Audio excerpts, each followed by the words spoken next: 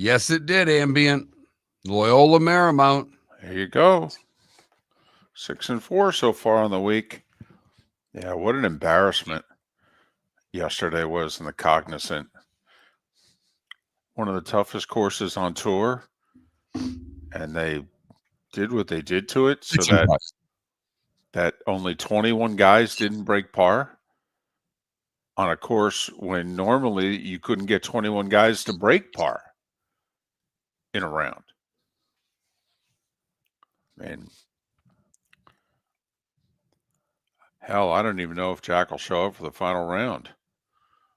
Bear trap.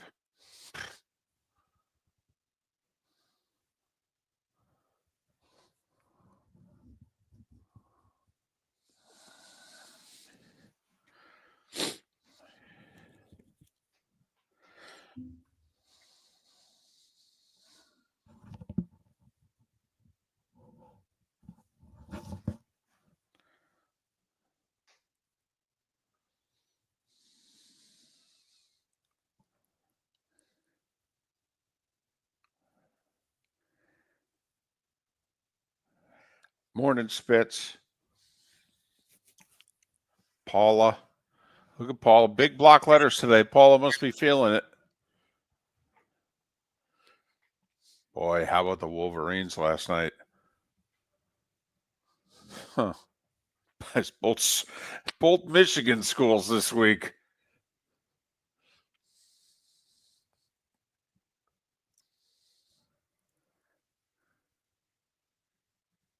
That was the Rutgers team, by the way, that everybody thought you were going to see all year. The two guys healthy. That's what Maryland's become this year, is what people thought Rutgers was going to be this year.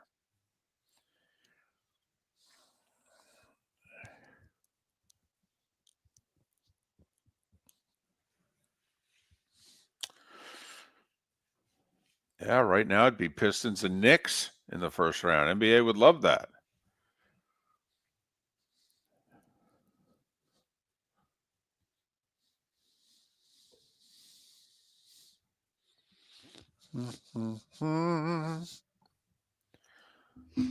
Although your early pick may have been the right one, it turns out going to the Orlando Golden State game may have been the pick last night. Yeah, you were right. Yeah, I saw that as I'm putting the starting five together last night, and I went, I think Mark had the right call.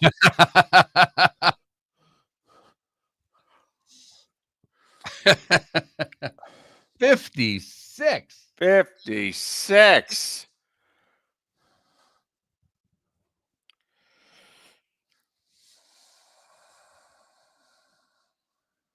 This just in. By the way, Steph with 56, LeBron with 33 points and 17 rebounds. I don't think this league wants these two guys to go.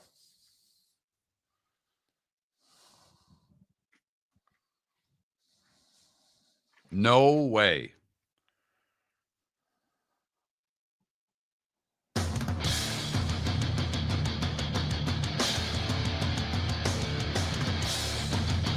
You're listening to Miller and Moulton, coming at you from the Floor Meister Studios. Floor Meisters, keeping it real.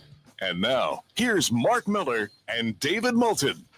Top of the morning to you. It is the final day of February. Never mind the final Friday of February. How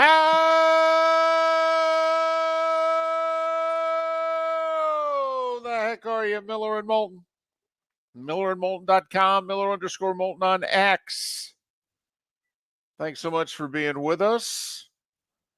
It's also our final day of the Swamp Buggy Races poll question. I mean, we'll have a poll question on Monday. It just won't be brought to you by the Swamp Buggy Races. And they have been putting the pressure on us these last 10 weeks. They went and sponsored the poll question, and it forced us to have one every day. You know, if you listen to the show, a poll question daily, it's optional. Not lately. Not lately. Mark, you asked a question late in the show yesterday You said if you could only attend one sporting event in Florida last night, which would you attend? Connor McDavid and the Edmonton Oilers were in town to take on the Panthers in a rematch of last year's Stanley Cup final. And Steph Curry and Golden State were in Orlando to take on the Magic. His yearly visit, he's 35 years old. And while we're expecting him to play a little while longer, obviously only a few opportunities to see one of the greatest players of all time. And I opted for the hockey. And I get it. McDavid, Edmonton, Draisaitl taking on Florida. No Tkachuk, but still taking on the big bad Panthers. 2-2 going to the really third. Good game. Right. 2-2 mid-third, in fact. Was a good game. Yeah, I made the wrong call. You did, because Steph found a little bit of that fountain of youth last night. Whoo! He had it going on. He had it going on. 12 for 19 from 3. 56. 56. That's not easy to do.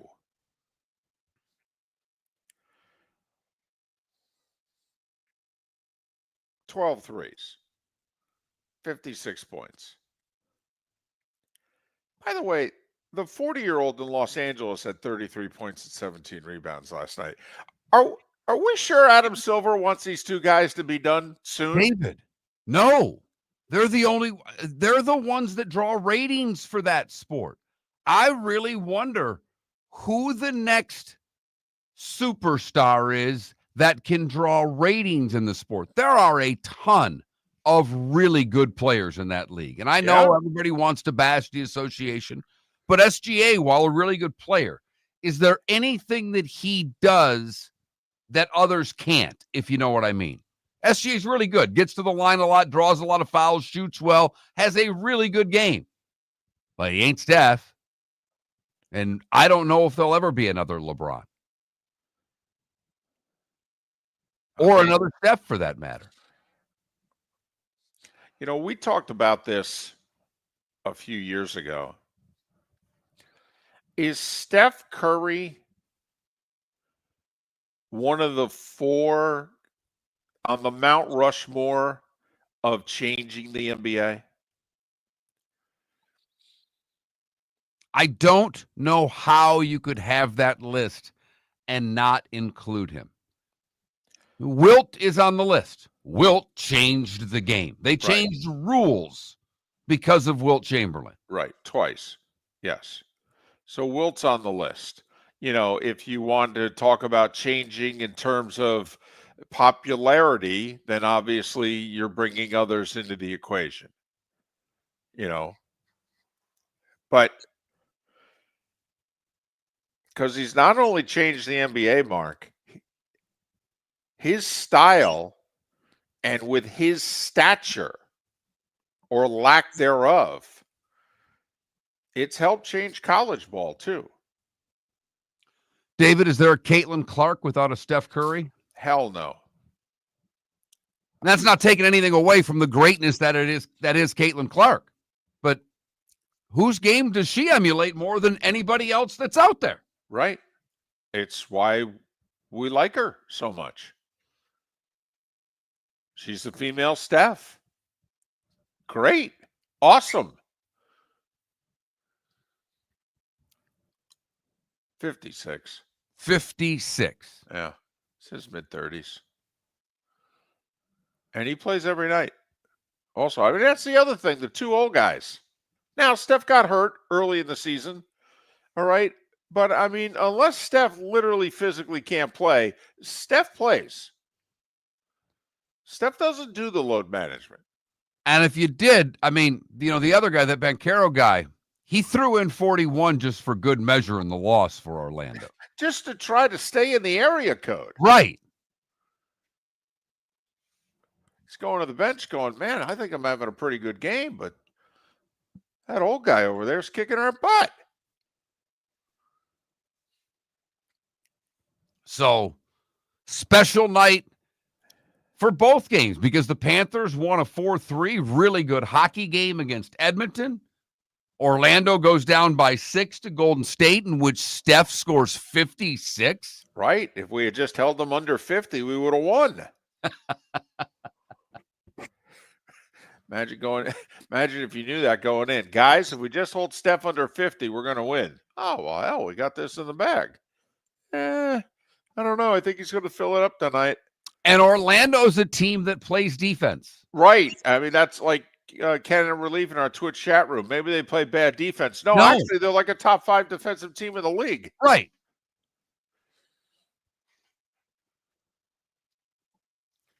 So that's just a little bit of what went on last night in the sports world. Travis Kelce announcing that he's going to play another year. Tampa Bay Lightning have won 7 in a row. They're 8-0-1 in their last 9. And remember, they've got a Vasilevsky. You can win a lot of important hockey games when you have a Vasilevsky. Everybody should have a Vasilevsky. It's just not that easy to get one. No, it really isn't. And when you get one, you hang on to it. Damn right. So, good stuff in the sports world last night. I will say, man, the Michigan college teams have had a week. Sparty made the 3-quarter court shot to beat Maryland a couple of nights ago. And then last night, the Wolverines take down Rutgers with a Steph Curry like 3 at the buzzer. At the buzzer. And if he misses, they lose. Right.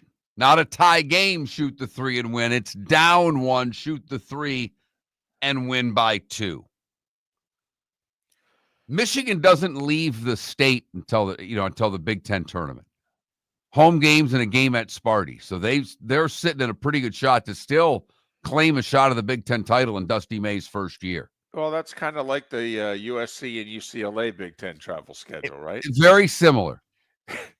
Mick Cronin was just talking about how he and Dusty May have things so similarly in their travel schedule. Hey, Eric Musselman made sure to get in his 2 cents on this last road trip too, in which he said, hey, the two of us, we're 2 games down in the loss column when the season begins because of travel. He goes, we'll trade with anybody right now. And of course, I would just say, hey, I know it wasn't you 2 guys personally, but you took the money. I mean, what did you think? We all said it when you did it. It's going to make for great volleyball and basketball and soccer travel schedules, but you took the money. Shut up. And you what? There you go. Shut up and cash the checks. By the way, if you hate it so much, go back to Nevada.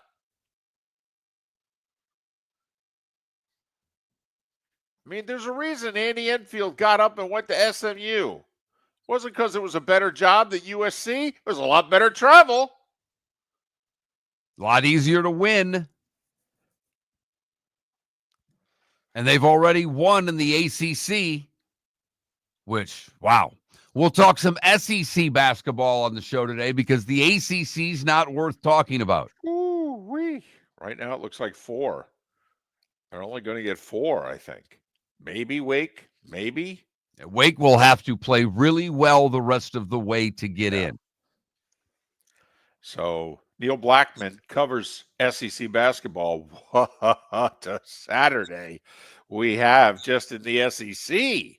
Never mind the rest of college hoops. So, nice little sports day yesterday. Little news out of the combine. Obviously, stuff going on there, but Travis Hunter, maybe the biggest talk, wants to play both ways all the time. He says, I'm just different. Good luck with that, and good luck with finding a team that's going to let you play both ways all the time. He'll play both ways. There'll be packages for him on offense. I think there could be more than just packages. I think he could play a lot. Half really the do. snaps on offense? Do you think he could play that much? Yes. Wow. Yes. I could see him playing 90 snaps a game, 60 on defense, 30 on offense. I could. I could be crazy, but I definitely could see it. First off, Mark, if it's our team and you don't want to do it, and I'd be saying, well, listen, we got this guy for 4 years guaranteed, 5 if we pick up the option. Okay. I mean, why don't we run him into the ground? Seriously. Well, you know I'm for that philosophy with all of my players. Why don't we run Use them them into the as ground? much as you can. That's why they're there. Sounds horrible, but that's why they're there. You know, we can tag them twice. I mean, why don't we? Why don't we treat Travis Hunter like a running back? Why not? 28, 29 years of age? Go wherever you want. Thank you for your time. You were terrific. We wish you the best in your future endeavors. Good that they got that on the email. That's always important. Right. Getting the future endeavors on your I got blank canned email.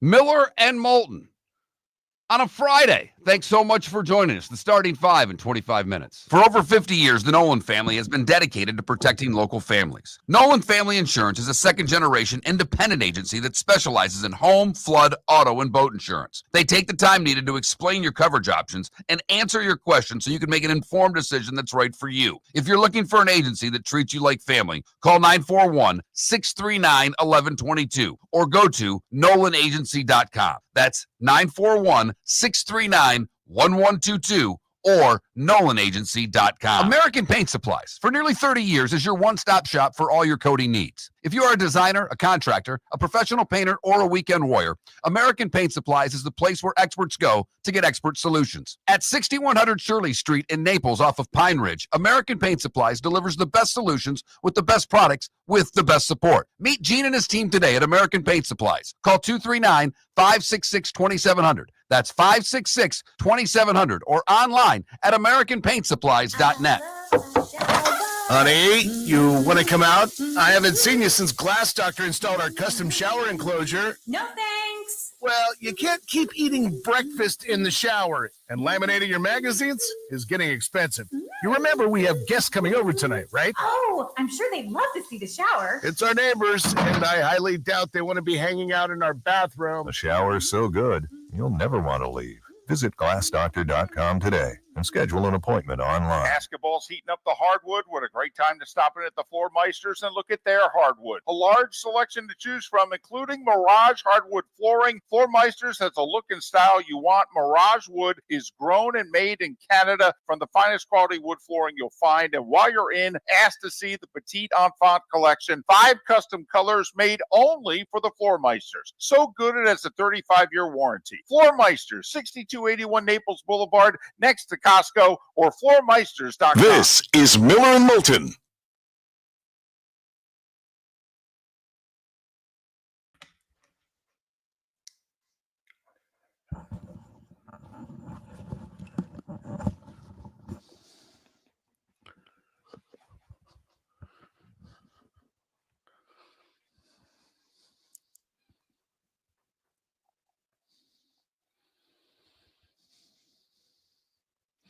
No ambient. They don't have to.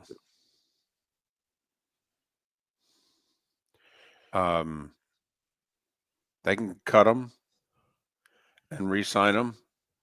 They can ask him to rework the contract so that technically they don't cut him. But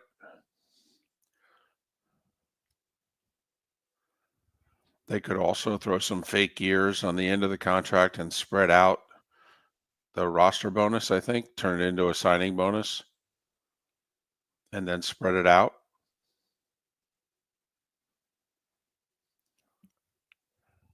But if they don't make any changes, in 2 weeks, he'll count $19 million on the cap.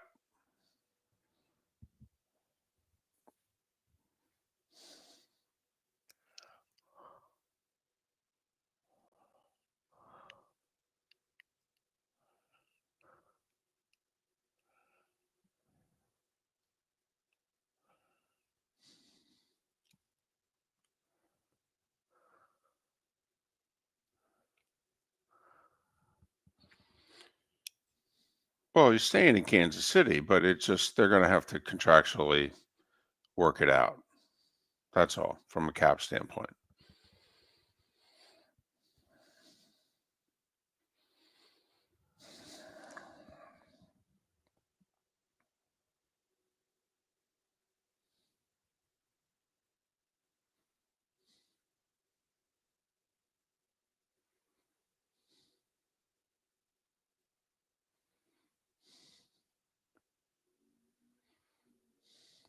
Well, DC, the good thing is that since free agency is 6+ weeks before the draft, teams have to show their cards.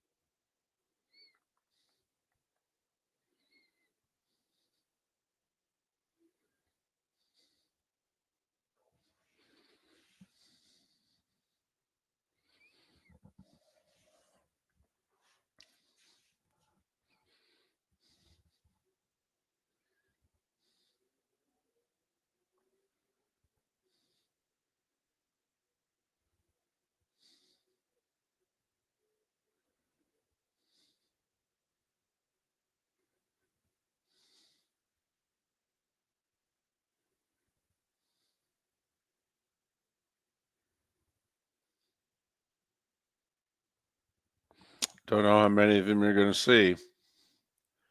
There's not a lot of them that get on the bus.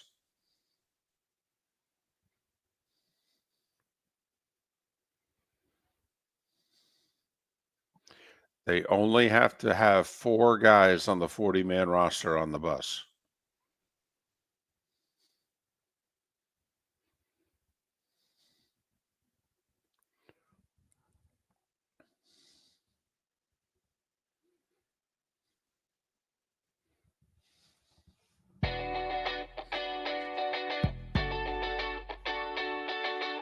You're listening to Miller and Moulton. And now, here's Mark Miller and David Moulton. 21 minutes past the hour. Pat Kirwan will join us an hour from now. That's about 40 minutes earlier than he normally joins us. Pat Kirwan, because of his schedule at the Combine, he's going to be interviewing more players and coaches beginning a little after 8 a.m. Eastern. So he's like, listen, I got to come on your guys' show early. We said, okay. So Pat will join us an hour from now at roughly 20 after 7 in the East. And then we'll have him for 2 segments until the top of next hour. So there, Miller and Moulton, millerandmoulton.com, Miller_Moulton on X. I think I know your answer to this, but I'm going to give it a shot anyway. When I say the name Derek Bender, does that ring any bells for you? It does, because I happened to read an article about him yesterday. Derek Bender. He was on the Breakfast Club. He was Bender, wasn't he the one on the Breakfast Club there that was the grunge kid, played by Judd Nelson? Almost fought the principal in the basement room of the movie. Right. Fell through the roof. Ended up getting the preppy girl at the end. Right. Got Molly Ringwald at the end. Right. Uh-huh. That who you're talking about? Right. He had more earrings than she did. Yeah. Right. She gave him a diamond at the end, if I remember. Yeah. Charming son of a gun, that Bender. Right. I mean, which is the equivalent of a varsity jacket, I believe, back in the day. So Derek Bender is the player, and you may have remembered hearing this story. It was the end of the minor league baseball season, first week of September last year, and there was a catcher on the single A Twins affiliate, the Fort Myers Mighty Muscles. Arguably the worst name in all of professional sports. Mark, why is that? Because Fort Myers, where the Mighty Muscles play, see, we don't have mussels down here. Okay. We have a lot of seafood. Right. Shrimp, stone crab, Uh-huh. a plethora of different fish. Stone But there are crabs no were taken. mussels that we eat that are indigenous to Southwest Florida. Right. It is literally made up by an agency, and I don't know where they're from, but they're morons. Morons. So, by the way, stone crab's taken, manatee's taken. All right, not as many options as you think, but yes, they changed their name for the Miracle to the Mighty Muscles, and to some, it hasn't been well received. So they're the low single A affiliate. There's two levels of A ball in the minors. There's low A and there's high A. All right, the Florida State League used to be high A. Now it's low A. And anyway, this Derek Bender guy was a 6th-round pick out of Coastal Carolina, catcher, and he was tired. Long season, he was scuffling, he was tired, and and the Mighty Muscles were in position with a week to go in the season last year to make the playoffs, and they collapsed. They lost like 7 of the last 8 and ended up missing the playoffs. They were in a position where they needed to sweep a doubleheader on the final day of the season to have a chance to make the playoffs. And Bender was accused by players on the other team of telling them what was coming. The accusation being then we would hit the ball, we would score runs, get an early lead, and if the Mighty Muscles lost the first game of the doubleheader, there was no need to continue playing. And that Bender just wanted to go home, wanted the season to end. Bender had not spoken publicly until yesterday. He gave an interview to a reporter from The Athletic. Now, he, for the first time, and he said, listen, my representation told me not to say a word. Not to say a word in September, October, nothing. So when this story broke, when the Twins released me, the whole deal, my representation told me there's an appeals process.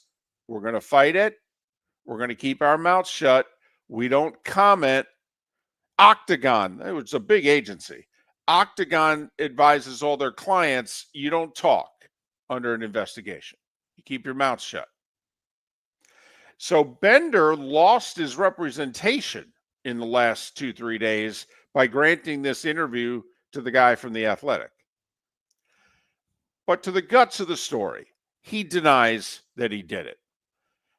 Major League Baseball is investigating because Bender could receive a lifetime ban from the sport if he's found guilty of this accusation. Bender, according to him, has sat down with Major League Baseball investigators and has gone through every single pitch. What he called, why he called it, if he said anything to any of the hitters, and what have you. He's been blackballed. No one in the game will talk to him. His former teammates with the Mighty Muscles, they don't want anything to do with him. You know, the Twins are like, he ain't ours anymore. You know, you name it. He apparently has a deal worked out for $12,000 to play in the Frontier League. And I don't know if that starts up in April. I think it starts up in June. I think he's going to play in some very low-level independent baseball league this year to try to continue his career in some way, shape, or form. Mark, would you give him a second chance? Would you believe him? Or put it this way, what if Major League Baseball comes out and says he didn't do it? Would you give him a second chance? Yes, I would. But it seems that this investigation would be pretty simple. The umpires, or the home plate umpire, and the hitters. That's all I need. Right. Right. I mean, there are certain investigations that we think can be pretty short. Handful of hitters, home plate umpire, Derek Bender. How long does this take? We can't do this in a week. We can get a whole, seriously, if Major League Baseball calls and you're those minor leaguers who now may be in high A, at best double A, okay, seriously, you're in a camp with someone this year, because I forget what affiliate they were playing. Thought they were playing Lakeland. Thought The they were Tigers. playing the Tigers affiliate. Okay, so seriously, if Major League Baseball comes around Lakeland and goes on the back fields and says to these minor leaguers, hey, we need to talk to you about something. What are they going to do? Say no? What are they going to do? Say, call my agent? I mean, seriously. Right. This seems like a very simple investigation. Right. And quite frankly, don't you make arrangements through the Tigers and just say, listen, we need to talk to these 6 guys. 100%. And, we won't get in the way of your work today, but when are you guys done? Noon? 1 o'clock? When are they done? Because, David, it's not just his baseball career. It's this young man's life. He goes and applies for a job. They're going to do a Google search. They are. In today's world, you're going to find out everything you can about a prospective employee. And if you're bringing in a prospective employee that's a known cheater, not necessarily the type of character guy you want to bring into your office. He won't even go home to his parents, okay, because he doesn't want to bring his stank, essentially, near his family, because he's had threats and this, that, and the other thing. So he's sleeping on a friend's couch in upstate New York. His mother says she can't sleep. She just wakes up crying every day about her son.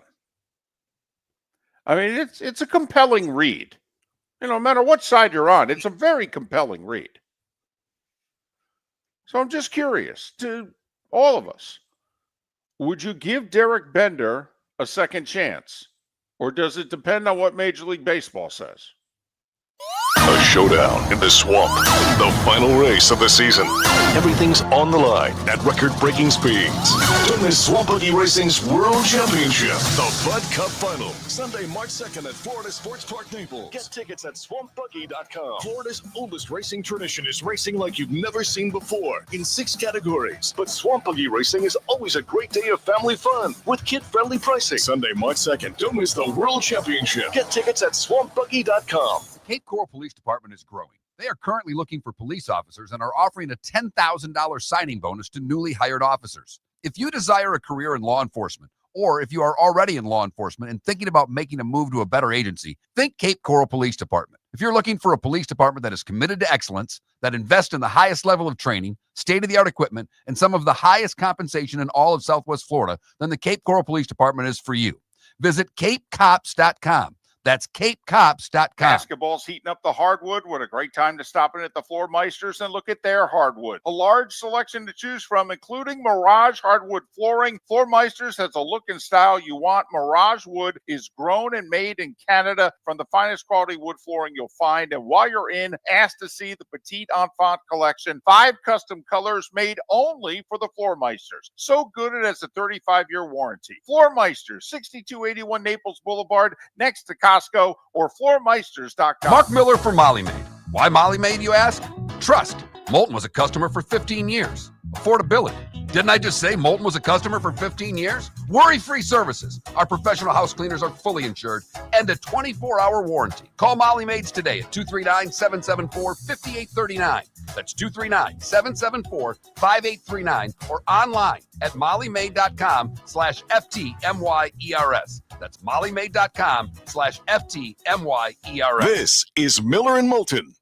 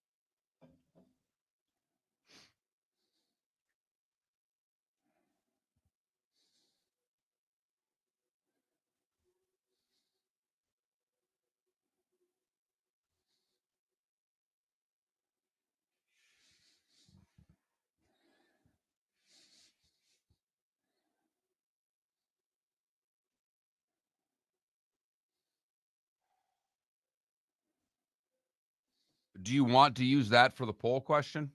Or is it too hard to explain every time? No, people don't know who he is. It is National Pancake Day.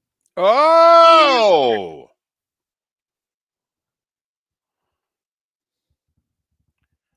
What do you put on your pancakes? Butter, syrup, strawberries? I don't know. Yeah. Nothing. I put butter and syrup on them. Couldn't do one without the other. What kind of syrup do you put on your pancakes? I don't know.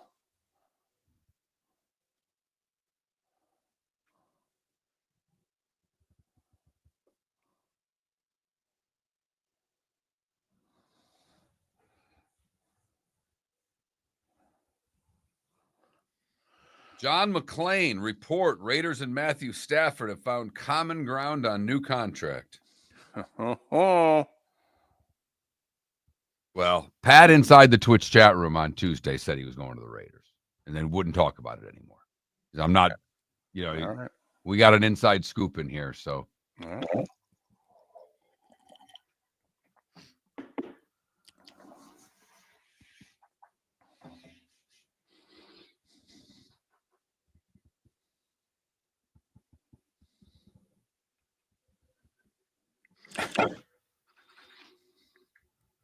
Look at you guys making pancakes this morning.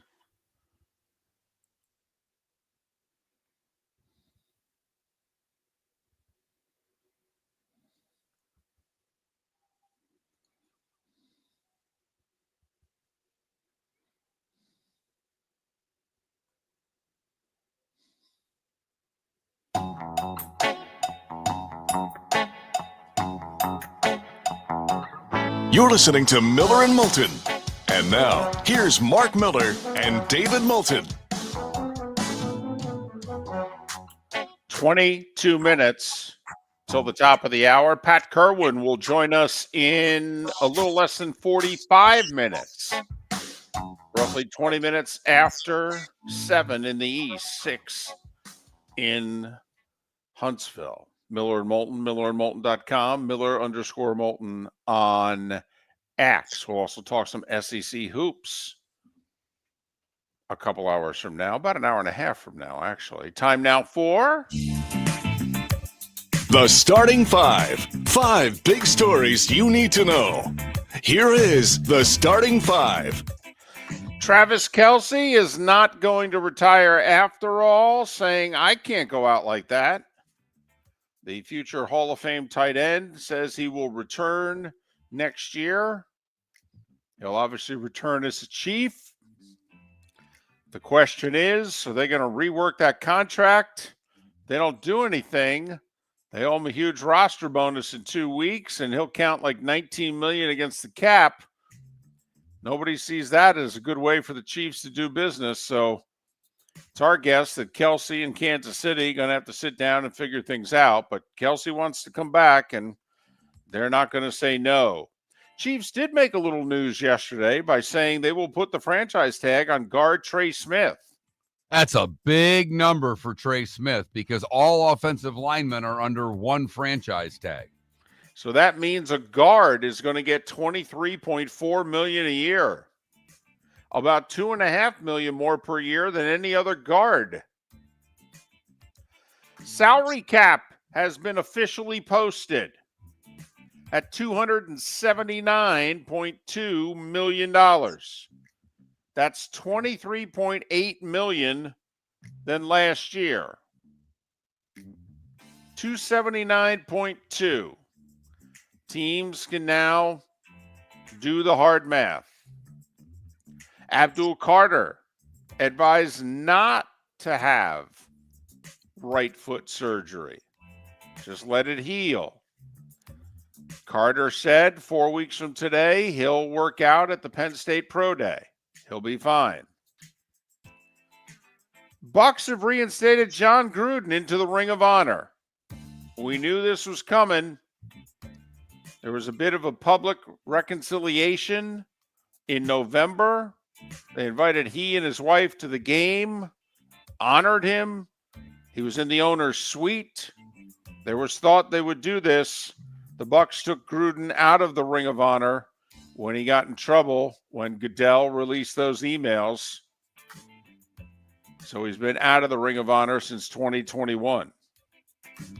I will say, every time I go to Buffalo, and I do my own little talk show in my head, Mark. Right. You look around, whatever it is they're calling that stadium these days. To me, it'll always be Ralph Wilson Stadium. All right. And I know they only have like another year or two playing in the current structure. But OJ's 32 is right there. OJ Simpson, 32. USC never pulled 32. Buffalo Bills never pulled 32 with OJ. Right or wrong.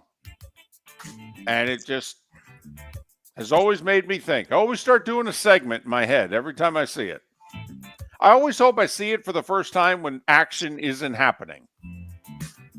Because I still do the talk show in my head while play is going on. And that's not good for Troy. No, it's not. You know, the main difference now with John Gruden back in the Ring of Honor for the Bucks, OJ still being in the Ring of Honor for the Bills, is in that talk show, you only have to ask one of them if they've ever killed a guy. Correct. I wonder if this is the beginning where by next year somebody hires Gruden for something, or is Barstool his last job? Anyway, Myles Garrett has told the Browns, yeah, I know what you've said publicly. I have no interest in signing an extension with you. I have 2 years left on my contract, and I'm not going to play any of them in Cleveland. What part of that are you not hearing and understanding? And Seattle has given safety Rayshon Jenkins permission to seek a trade. He's 31 years old. He counts about $5.5 million against the cap. If he can't get a trade worked out with somebody, the Seahawks are likely going to cut him and save a few $1 million. What's that story that you said during the commercial break there? Was that John McClain, Houston? Yes. Houston's John McClain? Houston's John McClain. Legendary NFL writer, that he's saying that the Raiders and Matthew Stafford are working things out? Yeah, actually, now that I look at it, he just reposted something that Michael Smith had put on Pro Football Talk. But according to Michael Smith, the Raiders and Stafford's camp have found common ground on what a new contract could look like, according to the Las Vegas Review-Journal. Okay. Baseball news. White Sox outfielder Anthony Benintendi hit by a pitch, broken right hand. He's going to miss 4 to 6 weeks. So that means the White Sox are going to lose 110 games instead of 108. Orioles star shortstop Gunnar Henderson removed from a spring game with discomfort on the right side of his body. Let's hope it's not one of those lats, rib cage pulls in which all of a sudden you're missing 4, 6, 8 weeks. Let's pay attention to that over the next 24, 48 hours. Couple of scores to give you in baseball. The Yankees and Phillies, a 7-7 tie. You The love Tigers and Rays, a 7-7 tie. And the Diamondbacks and Reds, a 3-3 tie. You love your spring training ties. Yes. What I love is spend a boatload of money to go to these games. I don't get it. Well, they're telling you they're exhibitions. The games don't count. I mean, that's if you and yet people are spending a boatload of money. Wait till the season starts and go to a Marlins game. It'll be 20% of the cost, and the game will actually count in the standings. What I enjoy is sometimes those are 9-inning ties, and sometimes both teams decide they want to play one more inning. Like they have another pitcher they want to take a look at, and this, that, and the other thing. You want to go one more? I'll go one more if you will. You will? Okay. So sometimes they're 10-inning ties. Right? NBA. Steph with 56, including 12 threes, 12 of 19 from downtown. Golden State got the better of Orlando. In Orlando, 121-115. Quickly, you in favor of a 4-point shot? No. Okay. No, I would ban the 3-pointer before I would add a 4-pointer. What I would do, by the way, is take away the short corner 3. I think that would change the game more than you realize. That's the easiest. That's the best value shot on the floor. The short corner 3. I would move the 3-point line back, and to do it, I think take it right to the out of bounds line. I really would. I would take away the short corner 3s. You think these two guys were fired up to play against one another, Giannis and Jokic? Milwaukee beat Denver by 9. Giannis, 28 points, 19 rebounds, 7 assists. Jokic, 32 points, 14 rebounds, 10 assists. These guys any good? Dallas got the better of Charlotte, 103-96. First triple-double for Zion Williamson in the NBA. Remember him, Zion? 27 points, 10 rebounds, 11 assists. Phoenix lost to New Orleans at home. That team is done. And the Lakers got 33 points and 17 rebounds from the old man, the 40-year-old LeBron. Beat the Timberwolves by 9. They've won 4 in a row, and they're the 4 seed right now out west. College hoops, Michigan, a deep 3 at the buzzer. They beat Rutgers 84-82. They remain tied with Michigan State atop the Big Ten standings. The system worked last night. We're 6-4 on the week. Loyola Marymount was getting 12.5 at home against 23rd ranked St. Mary's. St. Mary's could only win by 3, 58-55. So there. Some other college hoops from last night. FAU lost to North Texas without Dusty May and a few really good players, by the way. They're 15-13. Hey, Gottlieb won last night. He's 4. Yeah, they beat UAD last night. Yeah, they beat Detroit Mercy 76-71. He's 4-26. I was laughing yesterday because Danny Cannell posted on X something to the effect of when he played U Sports and travel ball consisted of 3 tournaments over the course of a couple months within a couple miles of my house, or with a couple hours of my house. And he was talking about all the places he's taking his daughter for volleyball. And there was another comment underneath talking about travel sports and you got to fight the fight. I think Orlovsky commented. And then Gottlieb jumped in on the conversation. I'm like, not only does he do a talk show, not only does he coach Green Bay's men's basketball team, but he can spend a little time on X worrying about travel ball. Mark, there's a lot of time in a day. You A just lot need of to- time, man. He is, I'm telling you, he's got it going on. Just need to multitask. FIU picked up their 9th win of the year in men's basketball last night, beating Kennesaw State by 15. Women's hoops, FGCU won. They're 26-3. Stetson won. North Florida, Jacksonville, FAMU, Bethune, and FIU all lost. Nationally, Florida State went to South Bend and beat 3rd-ranked Notre Dame 86-81. It's a great win for the Noles. Gators lost at home to 13th-ranked Oklahoma by 24. Mississippi State would have been a system play, Mark. They're unranked. They were hosting number 1 Texas. They were getting 14.5. They only lost by 4. Yeah, this just in. No. You will never, ever convince me to play this system with women's college basketball. And because with good reason. top 25 Yep. dominate in ways that Yes. the men could never think of. Yes. For instance, the system would have gone 1-2 last night. Yeah, no. It was been a good night. Yeah, we're not working the system for women's hoops. No. 6th-ranked South Carolina, tight game at the half. They beat Ole Miss by 16. Kentucky drubbed Tennessee. The Lady Vols got beat by 24. And Bama in overtime, Mark, I mentioned this for you because you hate Kim Mulkey. They beat LSU 88-85. Roll Tide. NHL, lot going on. Panthers beat the Oilers in the Stanley Cup Finals rematch 4-3. Lightning have won 7 in a row. They shut out Calgary 3-0. Columbus, a big win in Detroit, 4 in the second. They won 5-2. 5-2 was a popular score last night. St. Louis beat Washington 5-2. Carolina beat Buffalo 5-2. Anaheim beat Vancouver 5-2. By the way, remember when it was just 9 teams for 8 spots out west? Now Utah and St. Louis are very much in the mix. Utah's 2 points back and St. Louis is 3. I mean, it's not the East, but the West is getting interesting. Islanders beat the Bruins 2-1. The Bruins just don't have it.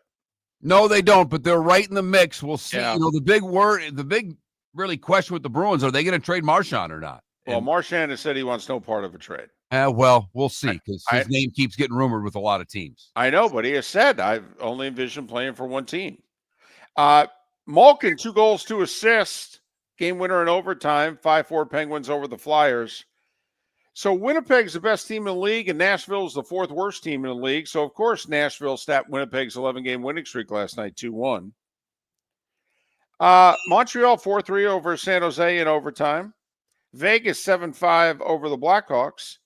And the aforementioned Utah Hockey Club, just 2 points back of a playoff spot, they beat the Wild 6-1.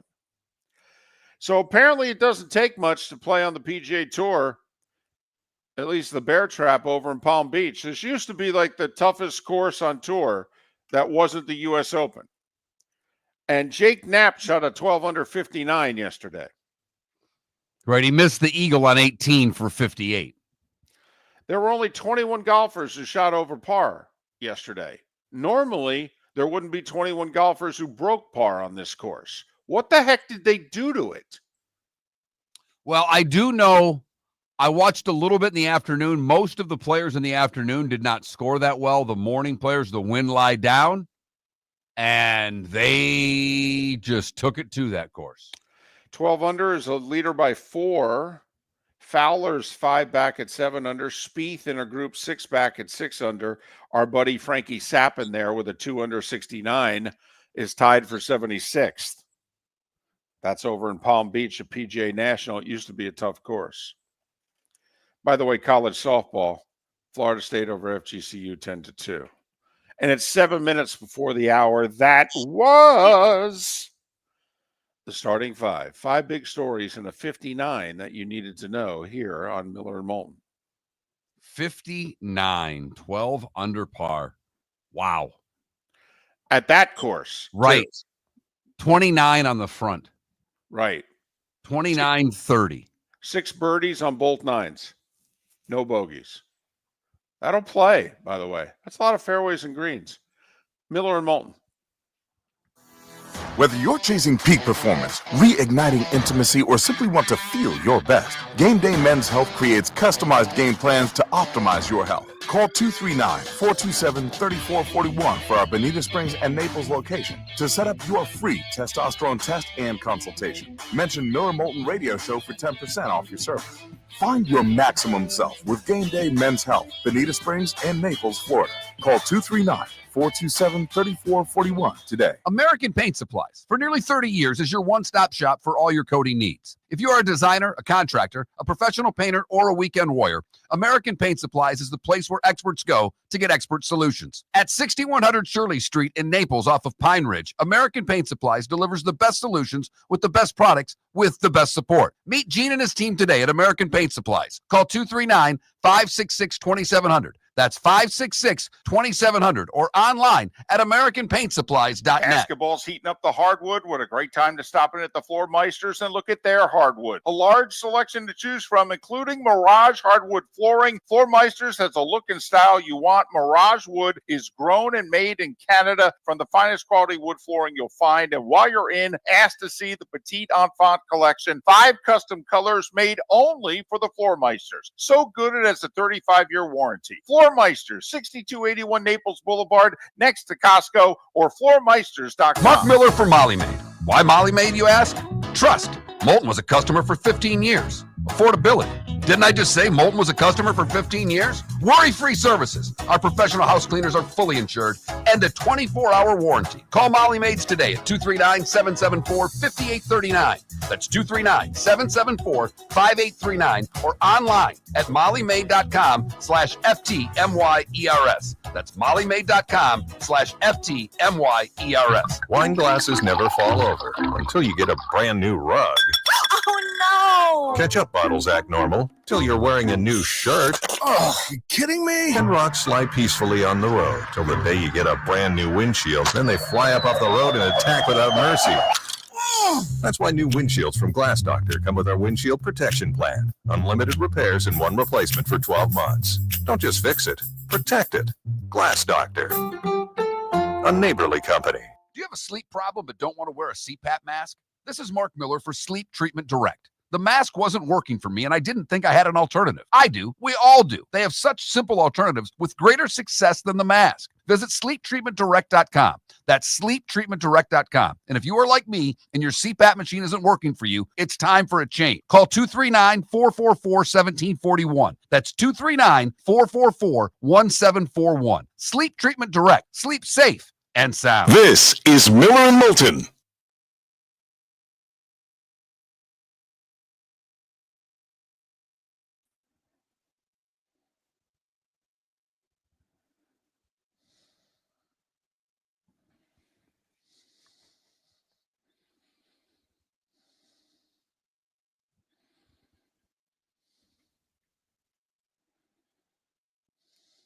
I will not watch 1 second of the Oscars. Conan is doing the Oscars, isn't he? Yeah. I'll watch the monologue.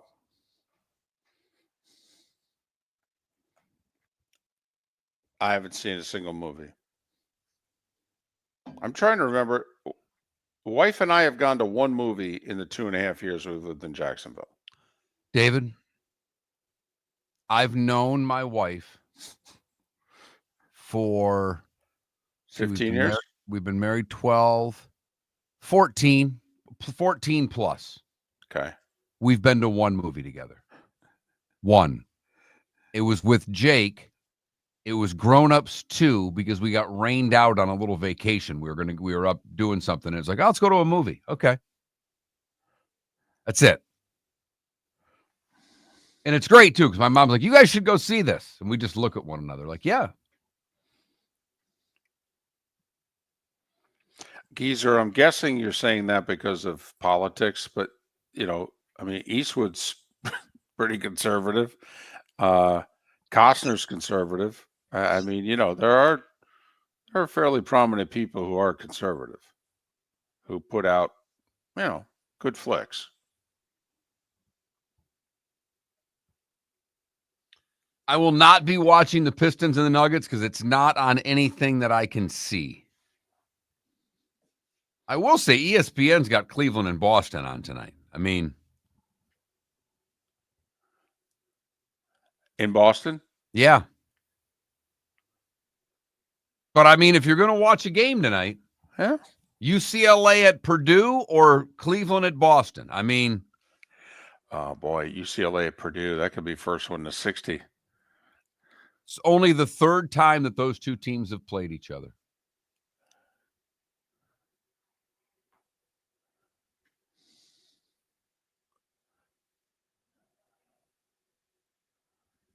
I think one of them was in the 1980 Final Four.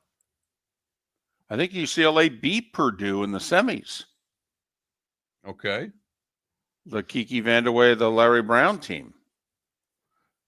I thought they beat Joe Barry Carroll and Purdue on the way to the title game. Then they lost to Louisville. Now, Sonny, I would go see the Dylan movie. My mom thought it was great. That interests me a lot.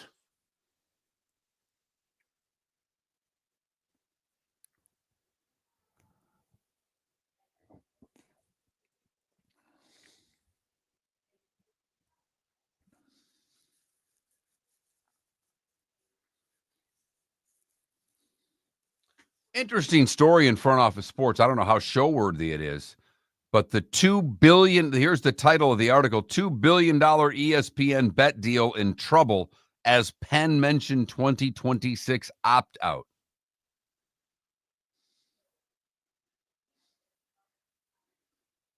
They've put a lot of money into that.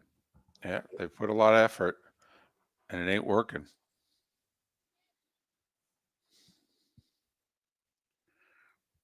I liked it, Canada Relief. I liked it a lot. It's, I don't consider it a sports movie.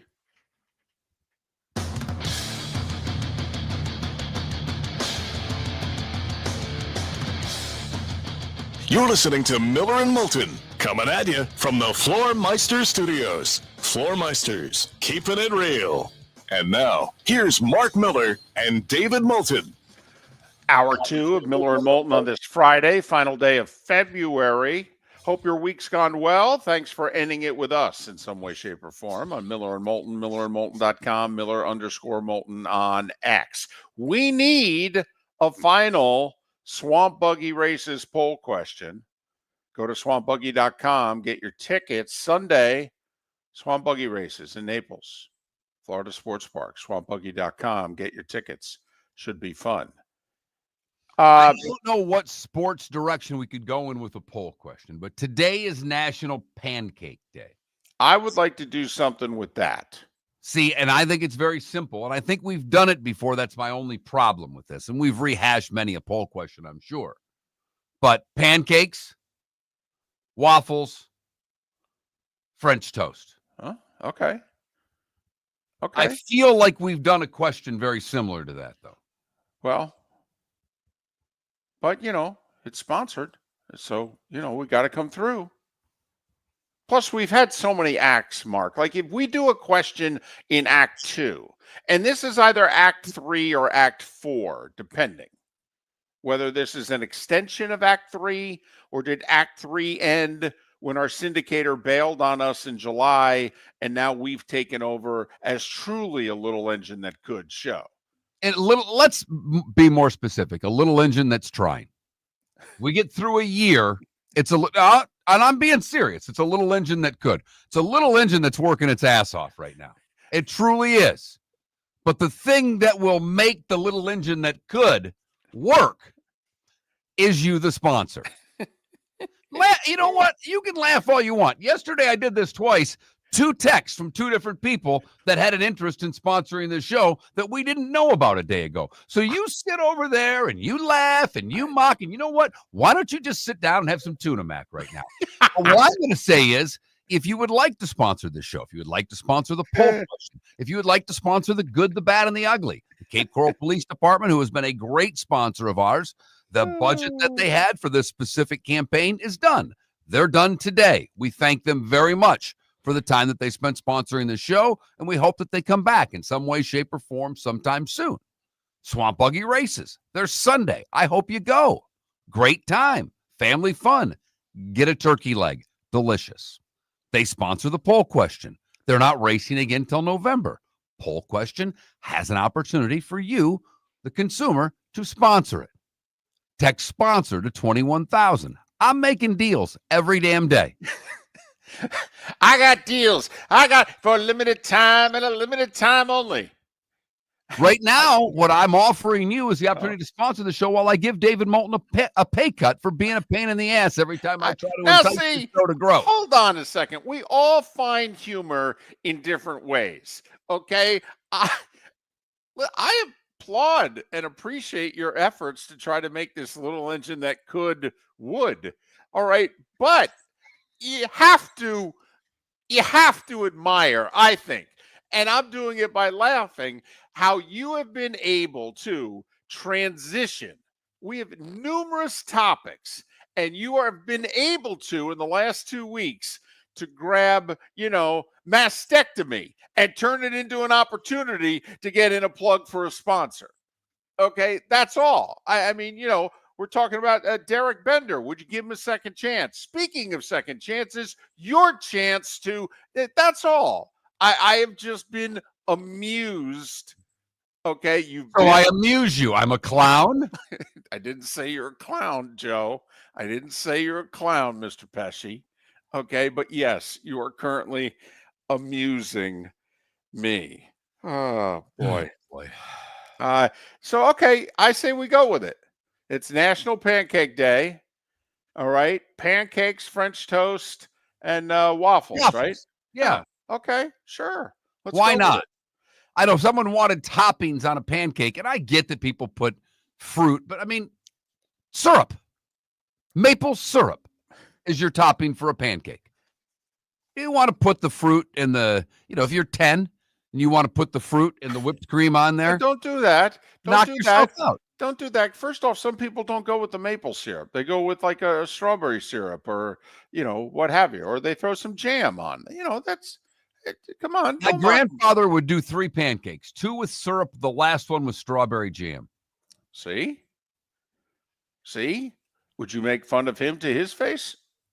Yes. Yes, I would. Although it was my grandma's homemade strawberry jam, and that stuff was delicious. You could put that on a shoe and it would work. See? All right. He knew how to keep the bread buttered. I mean, come on now. So there you have it. That Mark Miller, the David Moulton. I'll retweet it here any minute, I promise. All right. National Pancake Day. By the way, how'd our movie thing turn out yesterday? We had of these 4, and then we started talking about Gene Hackman, an amazing career, found dead at the age of 95. And so we just included one of his movies in a list of terrific sports movies and asked you which one of these 4 was your favorite.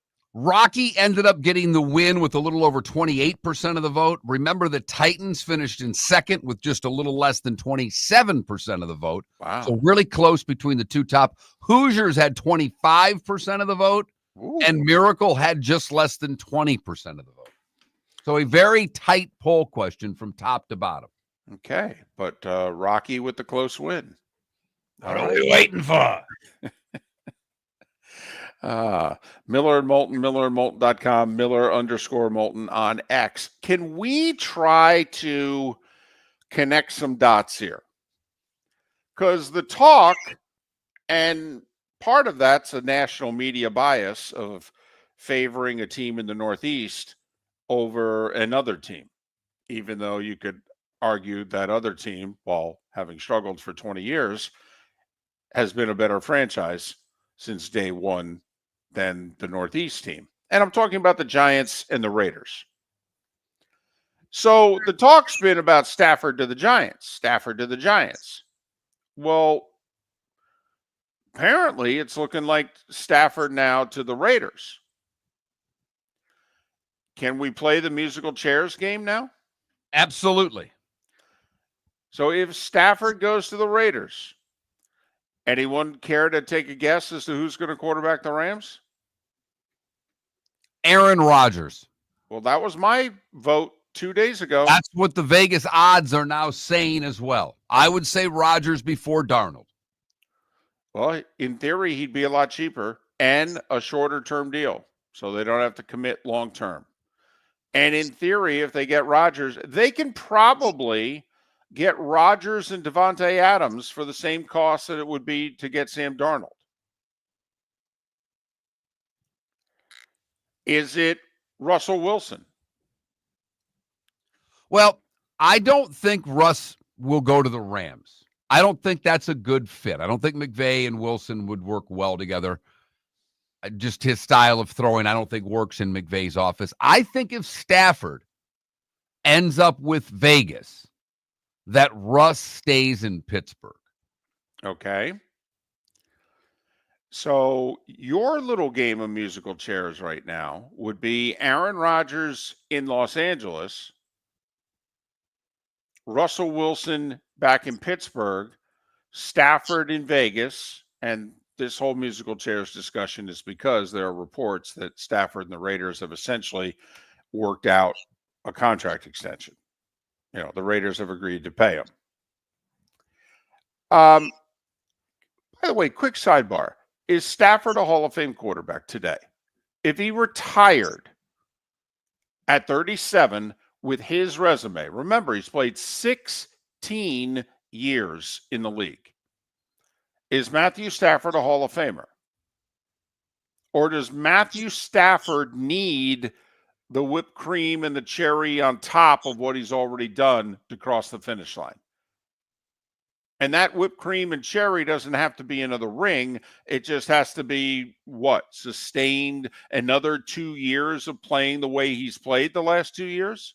I do think if he goes somewhere else and takes yet another team to the playoffs, you know, particularly if it was, you know, the Raiders. I mean, think about that. Well, yeah, Raiders, Giants. I mean, there's a few teams here. Right. Train wrecks. Yeah. I never thought of Stafford as a Hall of Famer. Even when he won the Super Bowl, I didn't think of him as a Hall of Famer. But, man, I think he's really close, David. Really close. He's going to make a finalist list. I don't know if he gets in. And I think that Matthew Stafford is a Hall of Famer. I think Matthew Stafford will get into the Pro Football Hall of Fame. But I am curious, does this final act play a role in it, or is he in no matter what? Well, a little differently, but when you think of Russ was on path to go to the Hall of Fame. No doubt. What happened in Denver really hurt Russell Wilson's Hall of Fame candidacy, in my opinion. No question. I mean, 3 years ago when Russell Wilson and the Seahawks were having their divorce, if you asked the question, is Russell Wilson a Hall of Famer, a majority of you would have said yes. Now, 3 years later, the difference between being 32 and 35, look what's happened. By the way, the reason why I think that Stafford gets in is Matt Ryan. See, Stafford's a better quarterback than Matt Ryan.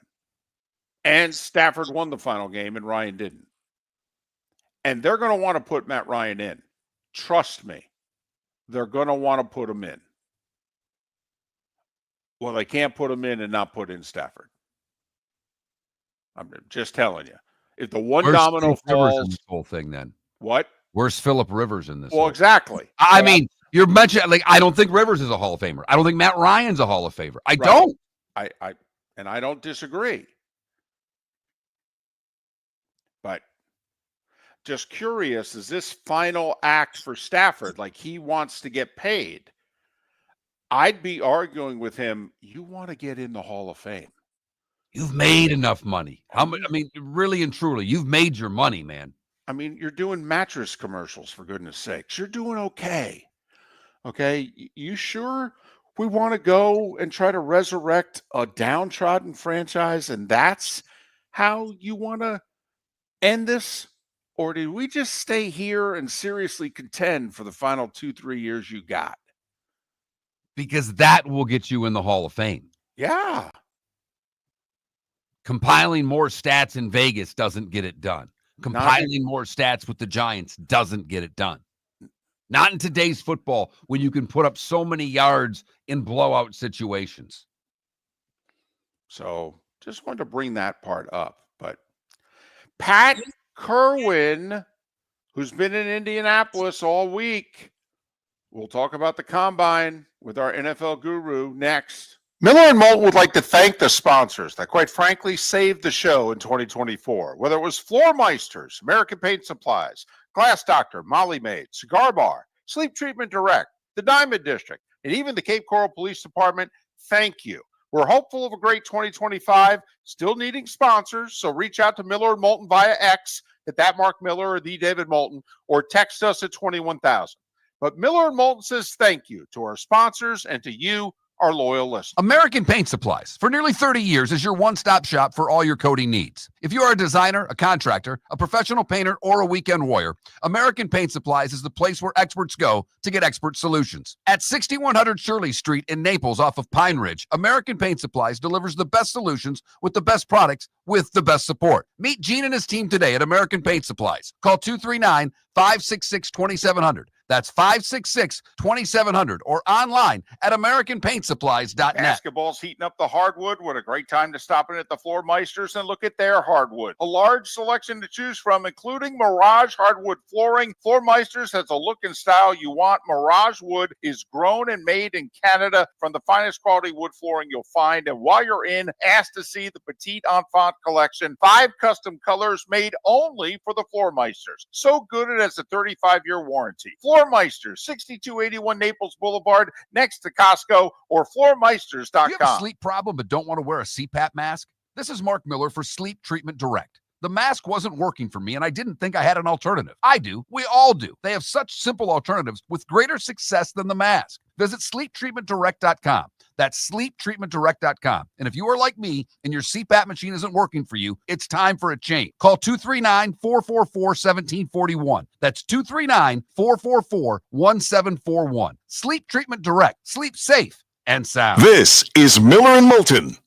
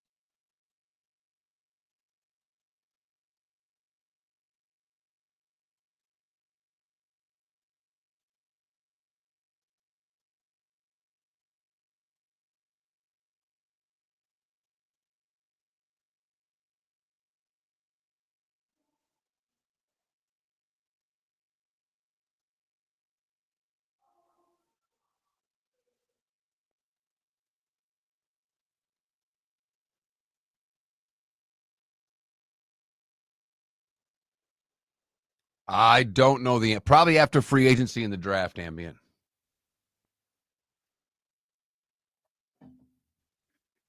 And DC, you really think the Raiders roster with Stafford is better than the Chargers roster? That's interesting.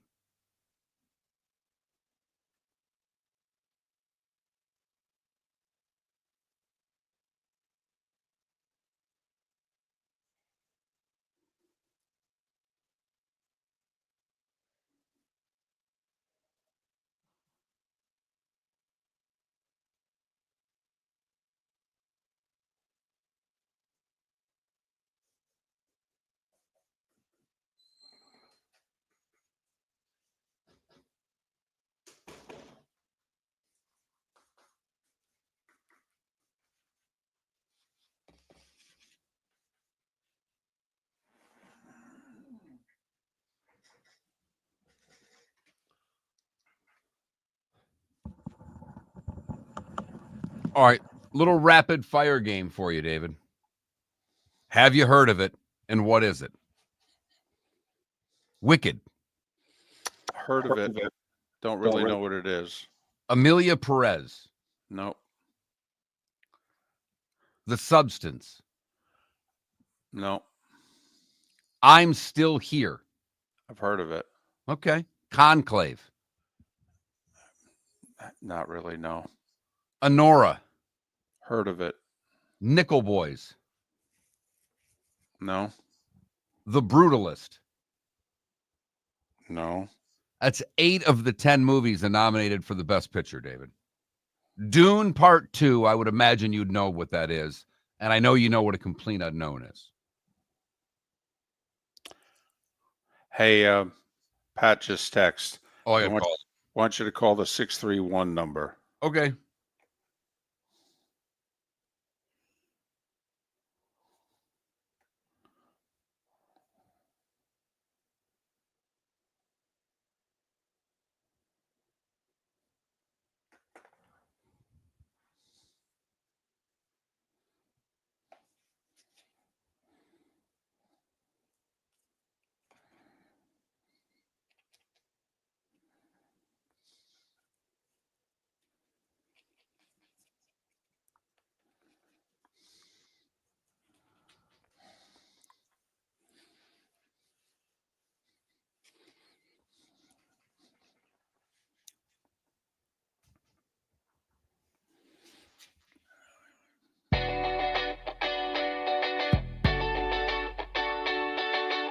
You're listening to Miller and Moulton.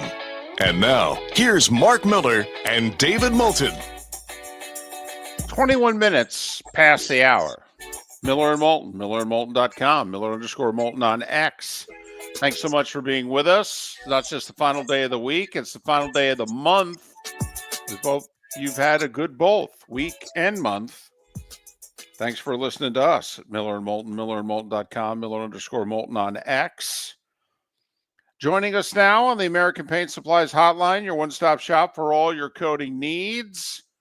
Our NFL guru, Pat Kirwan. You know Pat. NFL Radio's moving the chains. CBS's NFL Today show. His appearance is sponsored by Pinchers, Tampa to Key West, all points in between. Pinchers, because you can't fake fresh.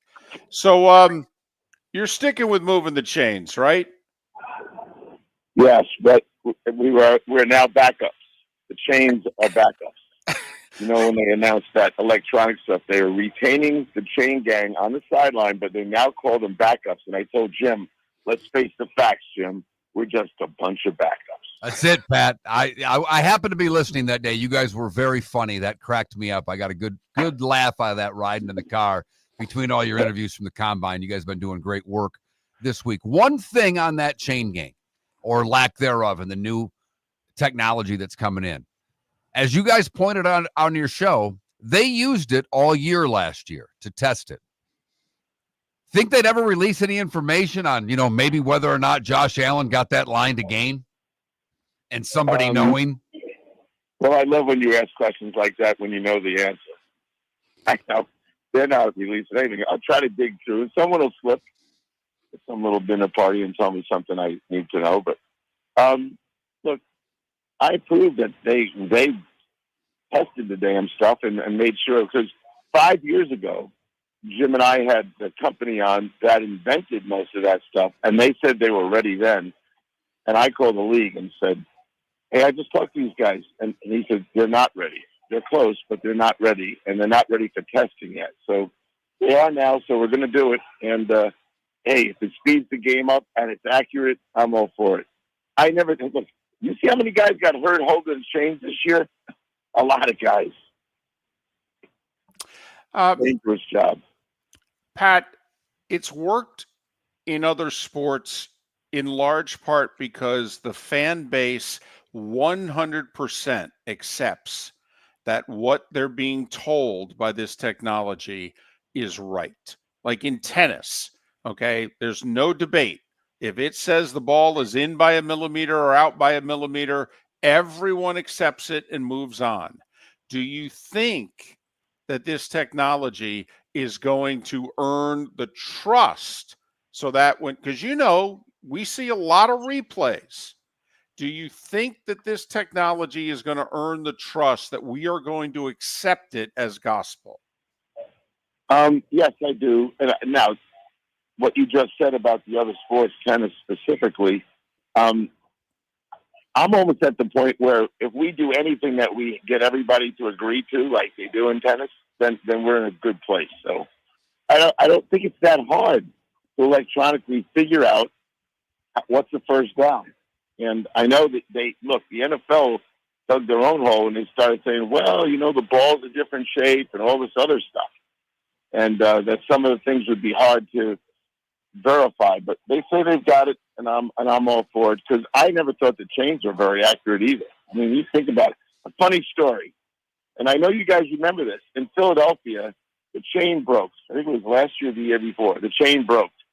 And you would think they had 2 or 3 extra sets. They didn't. They taped it up.